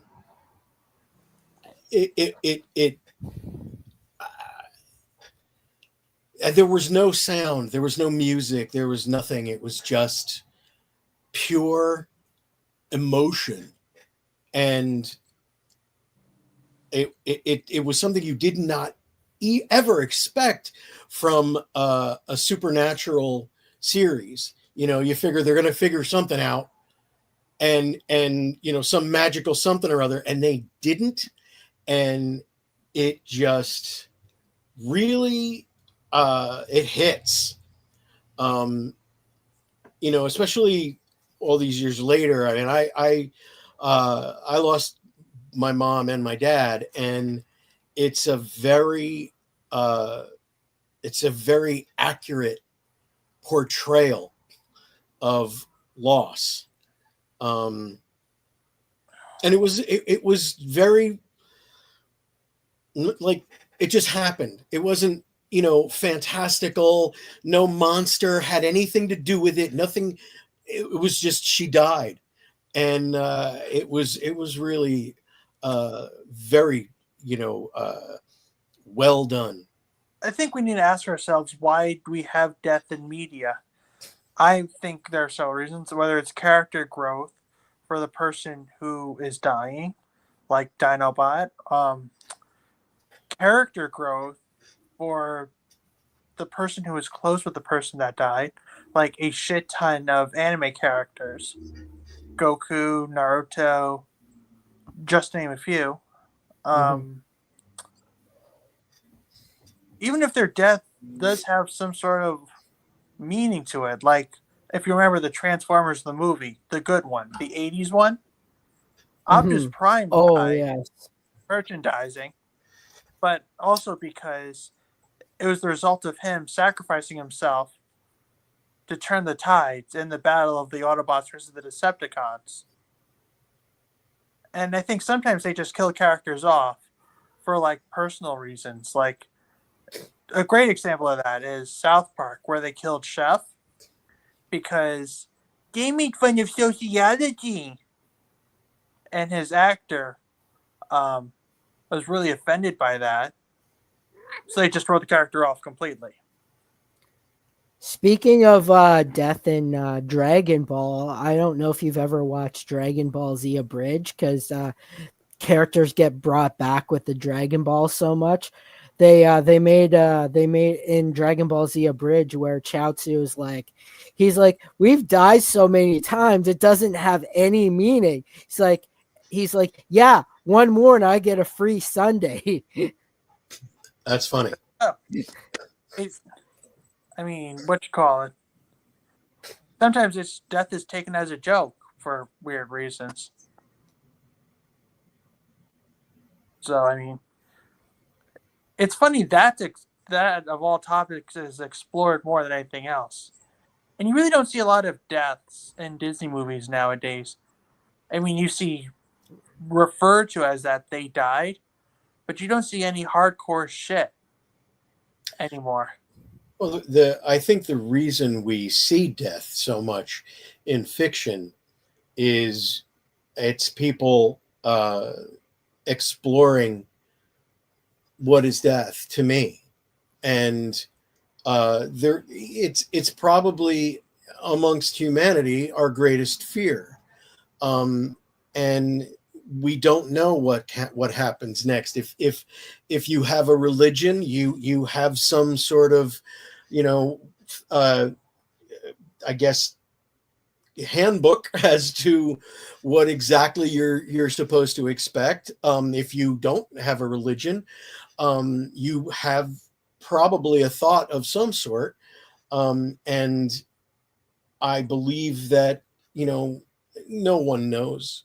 I don't know that anybody with or without a religion has any real idea. It's like, you know, if you want to think about it in you know, our terms, I'm a huge Doctor Who fan, and every time you lose a doctor, you never know how you're going to lose that doctor, and you can imagine, oh, I know what's going to happen next, and I know, oh, they're going to do this, they're going to do that, and there's discussion boards coming out your ears about what's going to happen, and no one is ever right, and what actually happens is completely different than anybody thought was going to happen.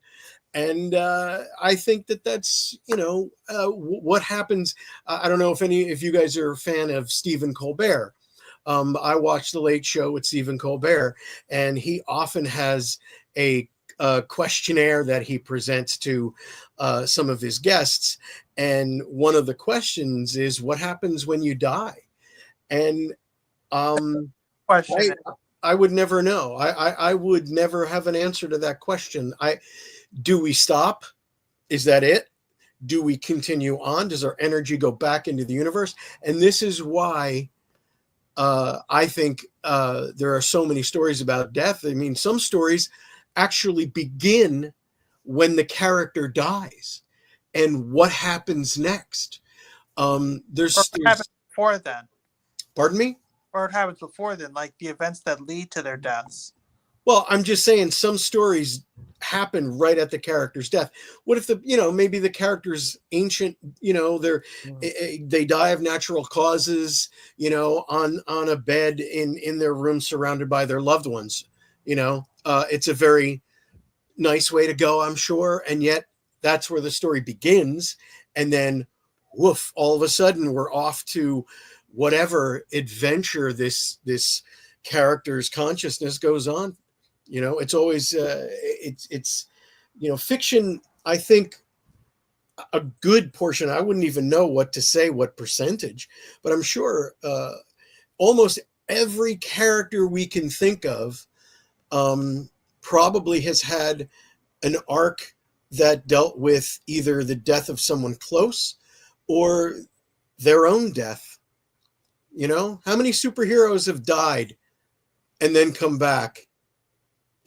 I mean, so many. And then there's characters that have died and never came back. I mean, Hold on, question.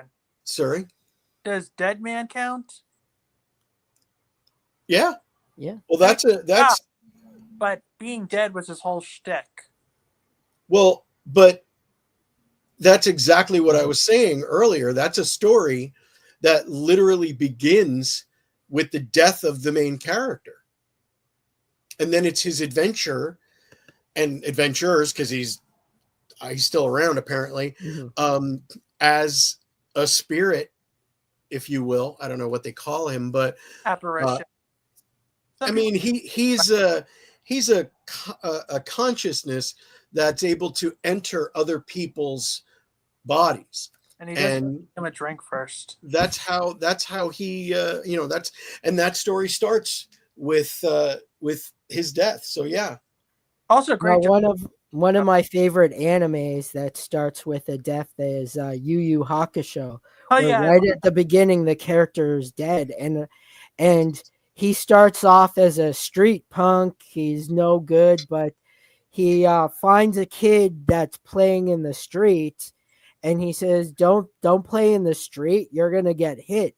And the kid ends up going in traffic, and this car comes, and he sees it, and he jumps in, and he gets hit. But to add insult to injury, he's looking down on his body. He's like, "What the hell's going on?" And then the spirits, the angel, the death takes him, and they go to see the ruler of the spirit world, and he says, "Well, the kid, we didn't expect you to die, and the kid would have lived." So then he gets an ordeal to come back. And then he just builds as a character, but I feel like the manga does a lot more where you see him like he's, even though he's back, he's still like in those bad habits of smoking and gambling. Well, I mean, Wait, a kid? Well, yeah, he's a 14-year-old kid. And he's smoking and gambling? Yeah. All right. Country that draws 14-year-olds with a breast size large enough to feed a small village. And Well, what about the and I know there was a couple of movies made of this character, but I want to go back to the original. And this is a character that we don't even know how they died, and we never, at least in the original, we never see their death. But Casper the Friendly Ghost, I mean, that's a child that died, and we're enjoying their adventures as a dead kid. I'm going to answer that question. You ever see Richie Rich as an adult? Oh shit. Yeah, you're welcome. Wow, man. Time eating high fat rich food. Uh-huh. But then that gave him a heart attack, and then he became Casper the Friendly Ghost. Well, yeah, I mean, that's a great that's an excellent answer to the question, but I don't think anyone's ever, I don't know, I never saw the movies. Did you see a child die in the beginning of a Casper movie? Not that I'm No. aware All of. right, so I know the Simpsons brought it up. What's that? Where the Simpsons brought it up, where they compared both of the comics on how they look the same, and say that Casper is the ghost of Richie Rich. Oh, they did. Yeah. See, that you never see an adult Richie Rich. That's all I'm saying. Well, there you go. Cool. Well, I'm glad we continued long enough to discuss death.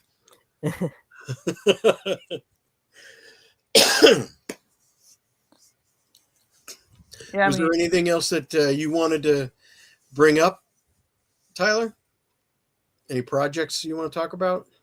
Well, do you want to talk about the projects that we're working on right now, or is that? Well, We got some projects that are in the works, but any of yours?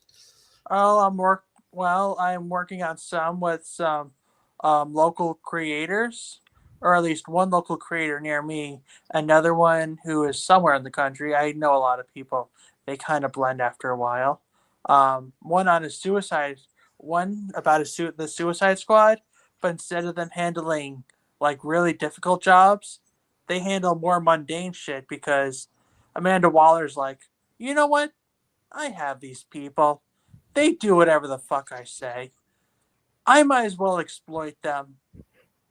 So, I don't know. Harley Quinn, pick up my dry cleaning. Ed, I need you to pick up a little kid at the park. Because, yeah, I know. It's okay for a snake man to pick up a little kid at a park. Bane, I need you to pick up a cake order. And if you deal with Batman, just deal with Batman. Like, oh my God, it's Bane. What's Bane doing? Is he doing this cake as part of his signature devices? Oh, you like Pete Holmes' Batman? Yeah, that was a great series. Yeah, Pete Holmes is very funny. What did you think of his X-Men, the X-Men, where he fires them? Pete Holmes did that? I think it was him. No, it was Batman firing members of the Justice League. But there was one where he was Professor X and he was firing the different X-Men. I don't think that was him, but I know. Or maybe, yes. Maybe it's someone else, but I'm... No, I don't think that was him though. Oh, I've seen it too. Now I'm pretty sure that's not him. He's a funny guy, though. He is funny though. Mhm. I honestly can't believe they got Patton Oswalt as Penguin. Seriously, DC, get that for your next. Right? No more of this Colin Farrell shit. He's not an Italian mobster. Don't get Minnie Driver for that. It doesn't work. Penguin's obviously one of the least attractive Batman villains, and you thought, what the hell, gender bend this character into a mom for reasons. Don't mince words, Tyler. Tell us what you really think. Let the hate All right. flow. Why recolor characters? Why gender bend characters? If the main goal is representation, why not create new and original characters? Yes. I don't disagree with that. Unfortunately, the issue, I guess, tends to be, well, it's multiple issues, really. You have characters that are incredibly popular. You know, Batman, Spider-Man, you can keep going. But these characters are so incredibly popular that they feel that they can do whatever they really want with them, and you'll retain the popularity. Personally, I get what you're saying, but the other thing is what corporate comics are doing is they're pandering. They're pandering to the masses. They want some sort of something gender bent. Well, let's pick a character and gender bend them. I don't know if it's gonna make us money. Let's do it. And fuck Batman. Put a chick in it. Make it gay and lame. Put a chicken in it. Make it gay and lame. South Park. Oh, all right. Yeah, it was the Pandaverse special. I just think basically one of the you know the whole multiverse theory. Yes. Yeah, one of the multiverse in the South Park lore was the Pandaverse. By the way, that's the hell you saw. And it was the Pandaverse where they're all diverse women of color. No, I get it.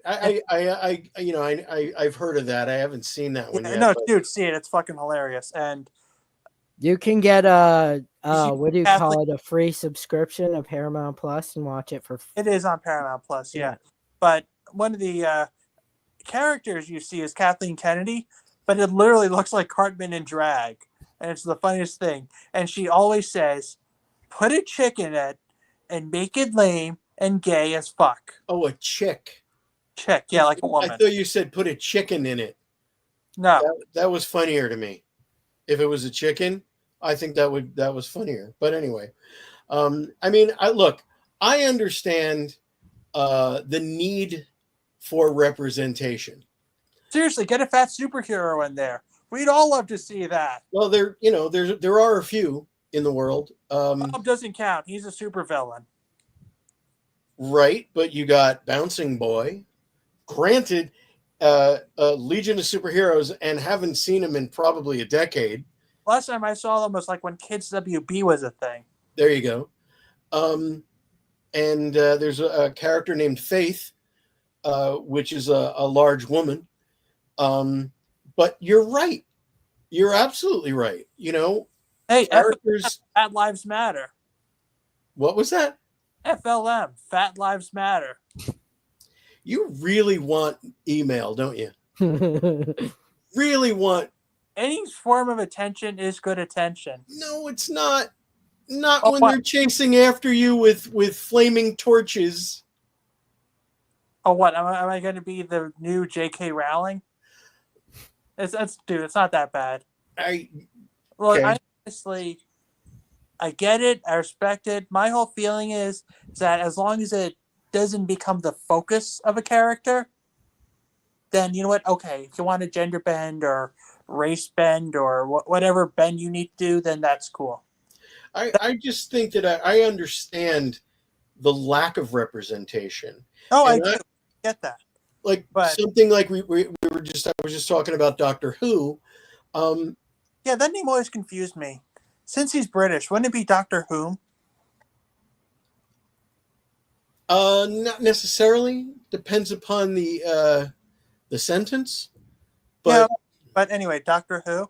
So in Doctor Who, the character obviously, when he is fatally wounded, he regenerates, and largely he's regenerated into a white man, and So regenerated or regenerated. Yes, reincarnated?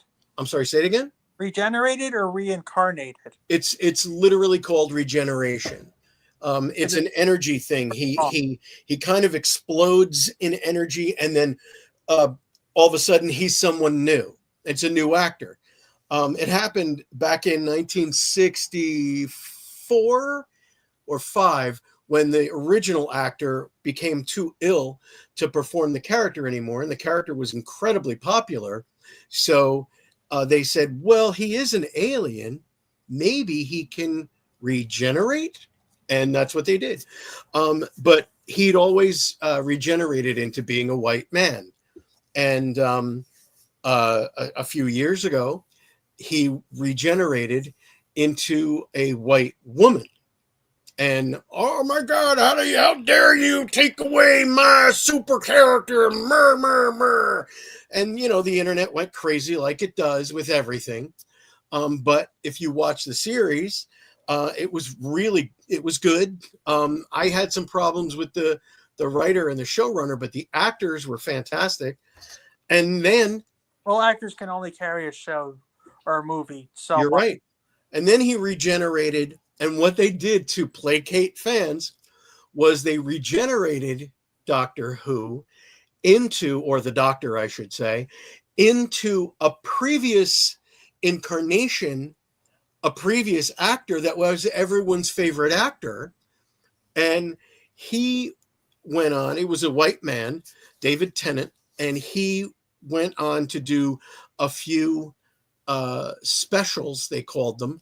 And this is around the time Disney acquired another monster property. And then when Disney when they came around, which this is bizarre that Disney did it, but they regenerated the Doctor into a gay black man. And also disabled, because you want to complete the trifecta. I really hope the letters just come to you. But in general, what they really did something so far out of the box, and I'm sure they lost a ton of viewership. But I've never stopped. I've never stopped watching Doctor Who, and every single time we lose a doctor, you're like, oh no, that's my doctor, and you feel, that's a death, and you're like, oh my God, I've lost my doctor, and the new doctor comes in, and you're like, oh, I don't like this guy, but then all of a sudden you love the guy, and then he dies, you're like, no, my doctor, and it's a cycle, and I think a lot of people jumped ship with the new doctor. I didn't, and I'm happy that I didn't, because this first season was fantastic, but this is an example of representation that's easily done, and you're not doing anything really to the character. The character is the Doctor. The Doctor obviously regenerates in his story as you go through the 50 some odd years or 60 years that he's been around. He talks about former regenerations where he was a woman. We've never seen them, but then all of a sudden we did. And it's throughout his history, or their history now, that it's been something you can do with the character, and I think that's a fantastic thing. Well, I mean, we had Nick Fury, who was white in the comics, but then he was played by Samuel L. Jackson, and he did that brilliantly. That was actually because the artists from the Ultimate Universe used Samuel L. Jackson as a model. Oh, okay. Well, then never mind. Yeah, they used him as a model for. But then, I guess 86, that example. Well, no, I mean, it's a perfect example. Oh, so it is. Yeah, Right. because what they did it in the comics. They rebuilt the Marvel universe as if it had started in the year 2000 as opposed to 1962. And Spider-Man was, I think, 14 years old, 15 years old, and the Avengers weren't called the Avengers; they were called the Ultimates. Captain America was a dick, which was excellent. Like Homelander Dick? Yes, well, not like Homelander dick. Homelander is just a complete and total fascist asshole. Captain America was kind of like he probably would Guy have Gardner, maybe? worn a red trucker cap. Okay. But So yeah, speaking of have you actually read the Boys comics? I have. I've read the first series. Yeah, so funny thing. What the deep end who's the fast guy, by the way? The deep, the deep. Oh, who's the fast guy? Yeah. A Train. A-Train, yeah. So funny thing, in the comics, the Deep was a black guy and A-Train was a white guy, but in the Amazon series, they swapped it. Oh, the deep was a black guy. Yeah. Oh, I see. The deep was black and A-Train was white. Yeah, isn't that interesting? Huh. All right. I don't know. I mean, they must have had some sort of reasoning for it. I don't know, but we're talking about this whole representation, previous incarnation, which does tie into X-Men, by the way. But there's a series that came out a while back. It's called Santa Inc. What is it? Santa Inc. It's a good example of how that is done poorly.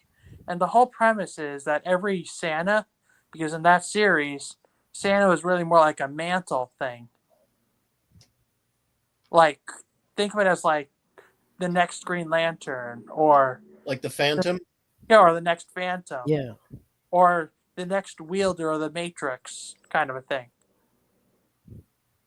Matrix of Leadership. Is this an anime? Animated, yes. It was a mag, but now it's on Tubi because it did that poorly, and I'm going to get to that. And the concept was that each Santa was a white male. So you got this Jewish elf, naturally played by Sarah Silverman, wanting to be the next Santa. Oh. Yeah, and in theory, that's a good concept. But the way they did it was so terrible, Max literally removed it, and it got like a 1.6 on IMDb. It's like that bad. I mean, it's good stoned, but I was over. Anyway, at the near end of it, there's a scene that could have redeemed the whole thing. Santa announces his next successor, and it's the white male intern. And it's like, oh, so the main character thinks, oh, he just got the position because he's just another white guy. But then Santa talks to her, saying, you blew my mind with everything you've done. You were so phenomenal. I really appreciate you, but I saw you with the kids at the hospital. You don't like children. And they can feel that awkwardness. It's just something you're born with. But notice how they ran away from you and to the other guy, whose name is escaping me. So, in good conscience, I can't give the title of Santa to somebody who's not comfortable with children. So, he literally explained why you didn't get it. So, this also shows the concept of typecasting and seeing somebody like, oh, he just got it because he's a white guy, or oh, they just got the role because they're pink. Works both ways. They could have ended that series phenomenally, but nope, the elf told Santa to go fuck himself. So that's just an example of how that's done poorly. Or if you want to go for a more modern aspect, look at Velma. They start off with how you can relate to Velma and it was never about race, but every chance they get, they make white jokes about Fred or male patriarchy bullshit. It's like you. And didn't they make him like project stupid as fuck? Like the white characters, like It's like they didn't even know what they were writing half the time. I Not haven't to seen mention this. what's up? I know what you're talking about, but I've never seen it. Don't Don't. even hate watch it. That literally feeds into the fact that people want to see it. Unless you pirate it, then you can hate watch it. Remember, kids, it's okay to hate watch if you're pirating. our mateys. Yeah, I see that a lot. Sail the high seas. Hey, I'm just saying, if Disney's got that much money, they should be more than fine with sharing their Disney Plus accounts. Yeah, it's very frustrating with us. Like we got Netflix and we bought 2 accounts so the kids can watch it on their devices or when they go to grandma's, but now they changed it so it can only be at one location. So every time my wife has to re-sign in and I'm paying for 2 screens. What does it matter if someone over there is watching it and we're watching it over here? It's a cash grab. It really is. But back to what I'm saying about the whole pandering thing. I've noticed that a lot with the Disney remakes, like Little Mermaid, or more recently, this Rachel Zegler Oh about god. Snow White, which they're completely rewriting that story. Well, I mean, again, I I'm do not saying believe it's that. very accurate. What's that? I'm not saying we should make it German fairy tale accurate because no kid is ever going to want to see Ariel dying or Cinderella's stepsisters cutting their feet or Pinocchio killing Jiminy Cricket or whatever. But the whole point of true love and whatnot, that was essential to Snow White's character. Speaking of Pinocchio, they did a whole thing where they changed it. Instead of being made out of wood, Pinocchio was made out of MDF, and that was a big problem. Really? No, I'm joking. No, I would like to see that. That would be a great series or movie. Well, that could be the next web series. I don't know. I believe that everyone should be able to see themselves in a comic book or on TV or in a movie. No, I totally agree on that. Pardon? No, I agree with you on that. Okay, and that's again, I get the idea of gender swapping or race swapping, and I get the idea, and I do also understand how someone who this character meant so much to them as a child and now they've changed it.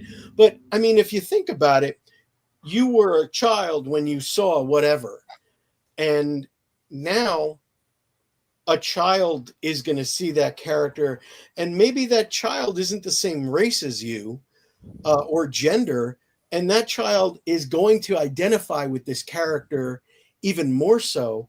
And why would you take that away from them? That is a great point, and I do agree with you on that. But riddle me this. Here we go. Dude, we're working on a bunch of comic projects. Of course, I'm going to reference DC. Which, now that I'm thinking about it, a lot of lingo we do get from pop culture, a shit ton we get from DC. The Bizarro version of something, Kryptonite, Riddle Me This, Fortress of Solitude, Batcave. Right. Anyway, do you think people should just relate to a person because they're the same gender, religious practice, or background? No, that's what I was saying.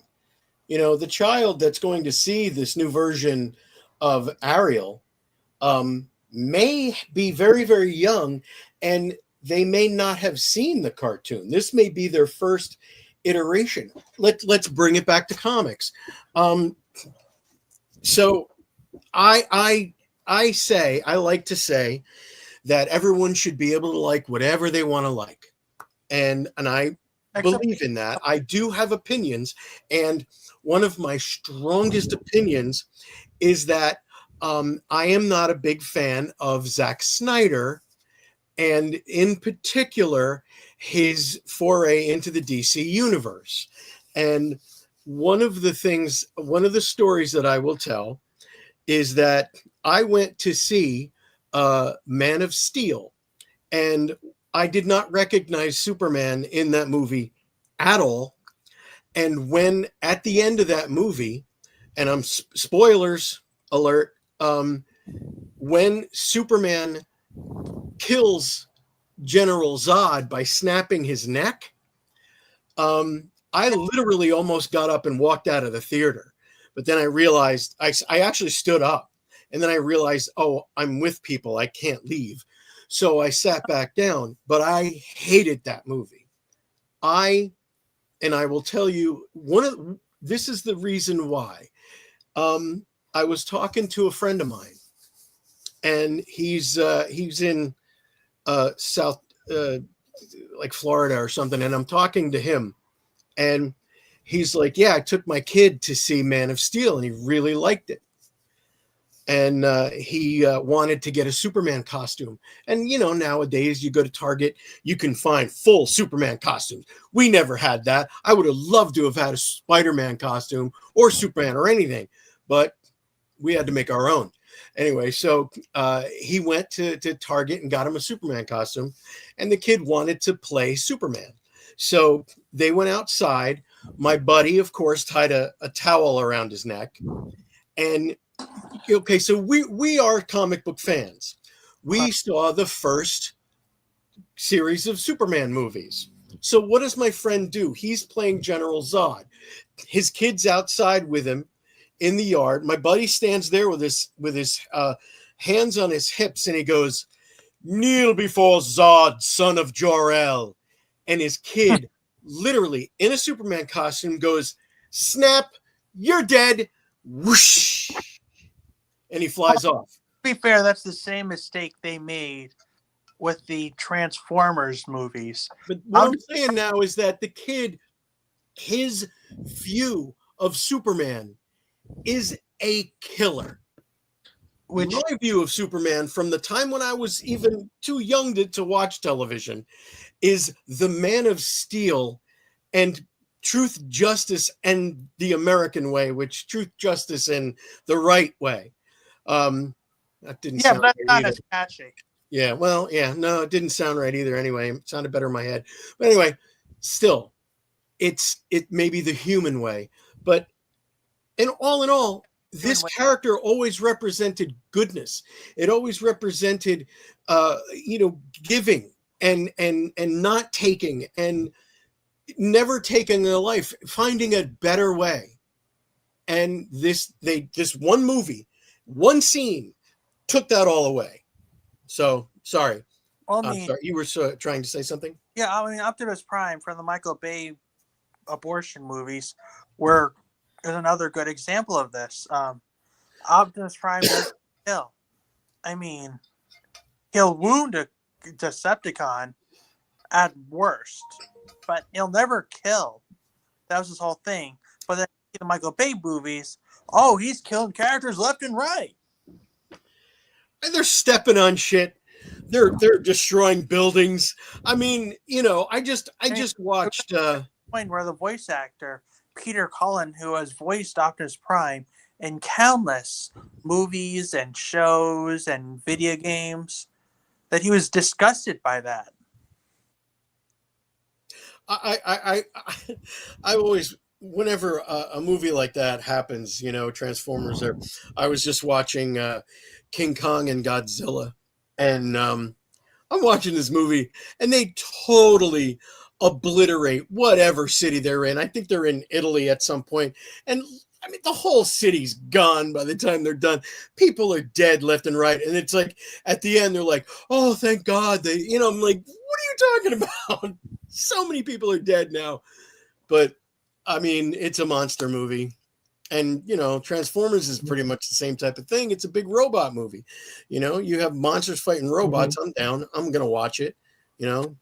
Oh, speaking of the whole city destruction, I don't know if you've ever watched this cartoon called Megas XLR, which is like this hit guy who found a mech suit and he put a car on it and he fights all these monsters. And at the end of the episode, he's like, we saved the day. The whole New York City is like in ruins. Well, actually, they're in Jersey, but yeah. Yeah. I think I do remember that. That was a while ago, but yeah. Dom that was pretty good. To voice the main character. Who's this? Dom DeLuise's son. Oh, cool. Yeah. It was amazing that the fact that he followed in his father's footsteps. Well, I mean, he wasn't as prolific as his dad, but yeah, a couple of voices here and there. Very cool. But yeah, no, excellent point. I think it's one of those.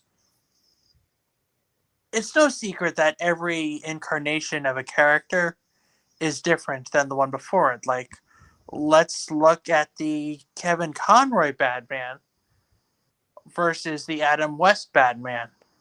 Adam West Batman is naturally goofier, and the Kevin Conroy Batman is more stern and serious. But both are still accurate to the represented character in question.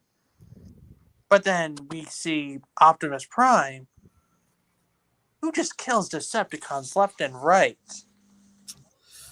in the movies, but when you see movies like Transformer 1, he didn't want to kill, spoiler, Sentinel Prime, even after all the shit he put Orion Pax and D16 through.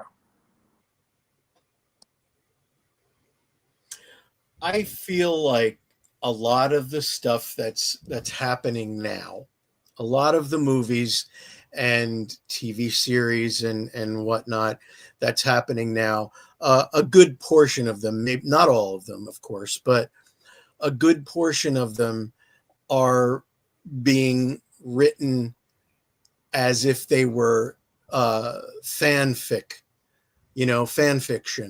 and it's basic. Sorry? I mean, that's what they all are now. Well, that's the thing. It's like, because who's writing this stuff? These are the people writing it and creating it are the children that used to watch it. I get that. I used to watch it when I was a kid, and I'm a creator now. What would I do? Maybe my take on Spider-Man would be too generic or too pure, and it wouldn't, appeal to today's generation or whatever. But I think that what happens is sometimes, again, I'm going to use Zack Snyder as an example, because I really, really liked Watchmen. I really liked 300. Those were both movies that were made from the comic book. It was made from the original source material. It was almost as if he used Watchmen as the storyboard of the movie. It was perfect. Also, that was a South Park reference. I'm sorry, what? You see the episode where Mr. Garrison becomes Mrs. Garrison for a while, and then he goes to a lesbian bar? That whole plot was referenced to 300. Oh, I didn't. Oh, okay. Yeah, that was just hilarious, but that's a great point. But with Zack Snyder, I was thinking, like, he's the kind of guy that's sitting there as a child in his backyard, taking his action figures, going, Batman, bang, bang, bang on Superman, bang, bang, bang, bang, bang, bang. And that's what it winds up, Superman and Batman fighting each other. And it's like, you don't get it. And all of a sudden, oh, your mom's named Martha too? Did we just become best friends? I mean, it's just, that was so fucking stupid. And that's why I'm saying I just hated. Like, when all the women did defend Spider-Man and Endgame, it's like when Miss Marvel's more than capable enough to do it by herself. It's like, no, I'm strong enough to take on Thanos. I don't need all of you to do it. Well, I mean, it's only there just to show all the women that are part of this mixed match Avengers team. That's all it was. It was a glorified fan shot. But Rickman, you said you're a creator as well as a fan, yeah? I am. How much involvement do you believe a creator should have on an adaptation of the series? Like, for example, Stan Lee did have some say in the Marvel movies. Right. And some of them, I'm not going to say all of them, turned out good. The ones that came out when he was alive came out. I mean, Marvel for 10 years was fucking amazing. And personally, I have enjoyed pretty much every Marvel movie.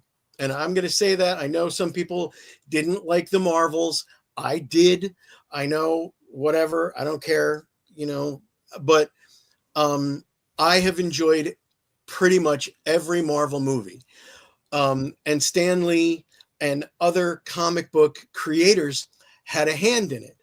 The Flash movie, what the actual fuck was that? Well, to be fair, DC does better with their animated movies. This is where I was going with that, because the people that create the animated stuff, the people that create the television cartoons and even the movies, they're more involved with the comic book creation. They often have comic book writers write the animated treatments.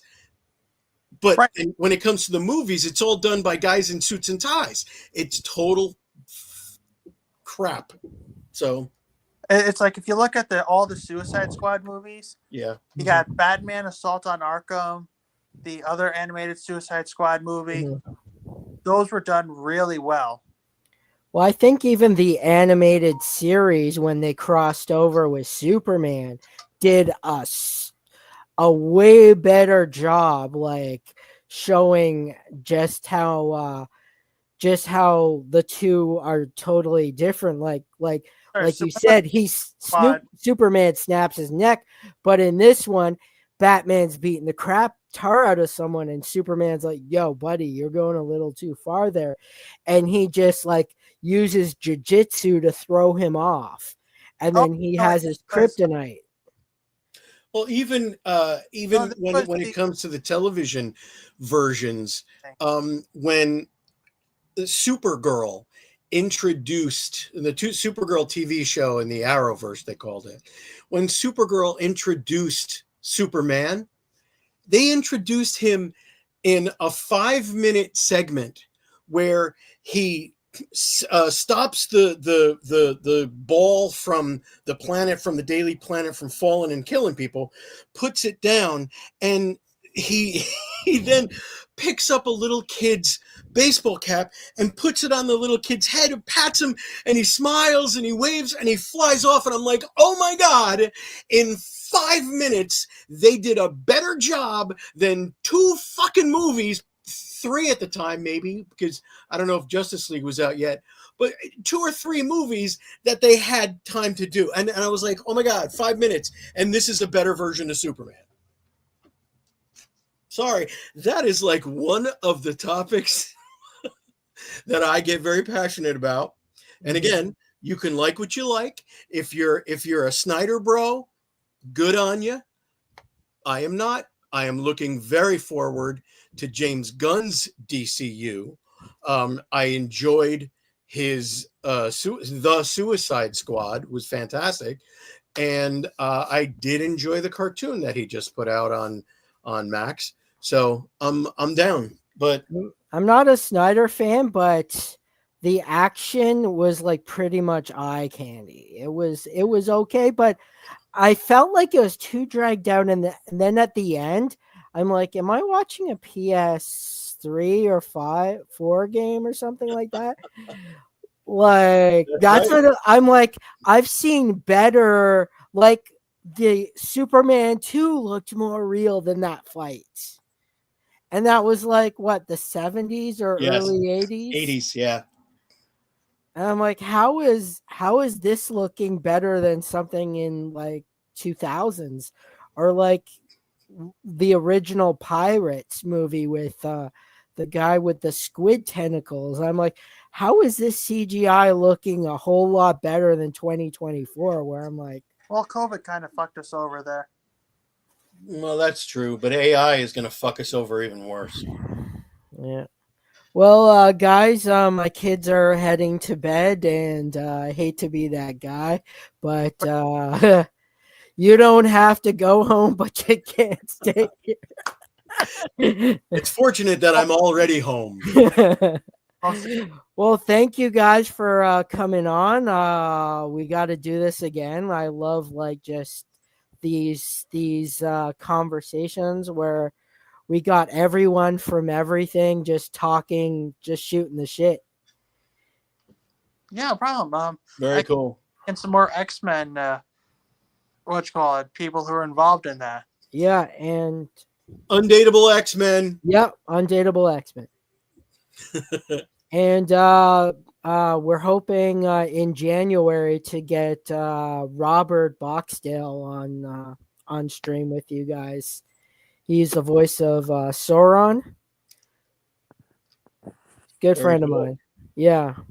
All right. I was hoping he'd be in the new show, but I'm hoping he eventually gets into the next season. I'd love to see Sauron make a comeback. Well, wasn't he also the original what you call it, the High Evolutionary and Kazar from that series? I know he was Kazar, but I don't know if he was the High Evolutionary. So he was Sauron and Kazar? Cool. Yeah. Wow. Well, I mean, Mel Blanc voiced pretty much everybody. That's true too. So that really doesn't surprise me. Well, thank you guys for coming on, and all the links are in the description. And don't forget to join our mailing list to check out our comic book series, Paranormal Academy. You can win some really cool prizes. There's more prizes to come once we start hitting that Kickstarter goal. We're going to be giving away PS5s, custom arcades, and a pinball once we reach that big goal. They have the new X-Men pinball game. Wow. I can be found at Rickman Art on Instagram and YouTube, Rickman Art as well. And I can be found in the lovely state of New York, but please don't track me down. So please try to hit me up on Facebook, Instagram. Those are pretty much the main two. Facebook and Instagram under Tyler Brook and Tyler Brook 111. You can find me on Facebook, 8-Bit Shinobi. I'm also on Twitter, 8-Bit Shinobi. I'm on YouTube, 8-Bit Shinobi. And I'm on TikTok, sorry to say, for those of you haters that don't like TikTok. I'm moving. I find it works for me, so I do what you got to do. Yeah. Well, thank you. I hope to have you guys on again soon. This was fun. All right. All right. This is 8-Bit Shinobi signing out. Don't forget to like, comment, subscribe, and follow those links.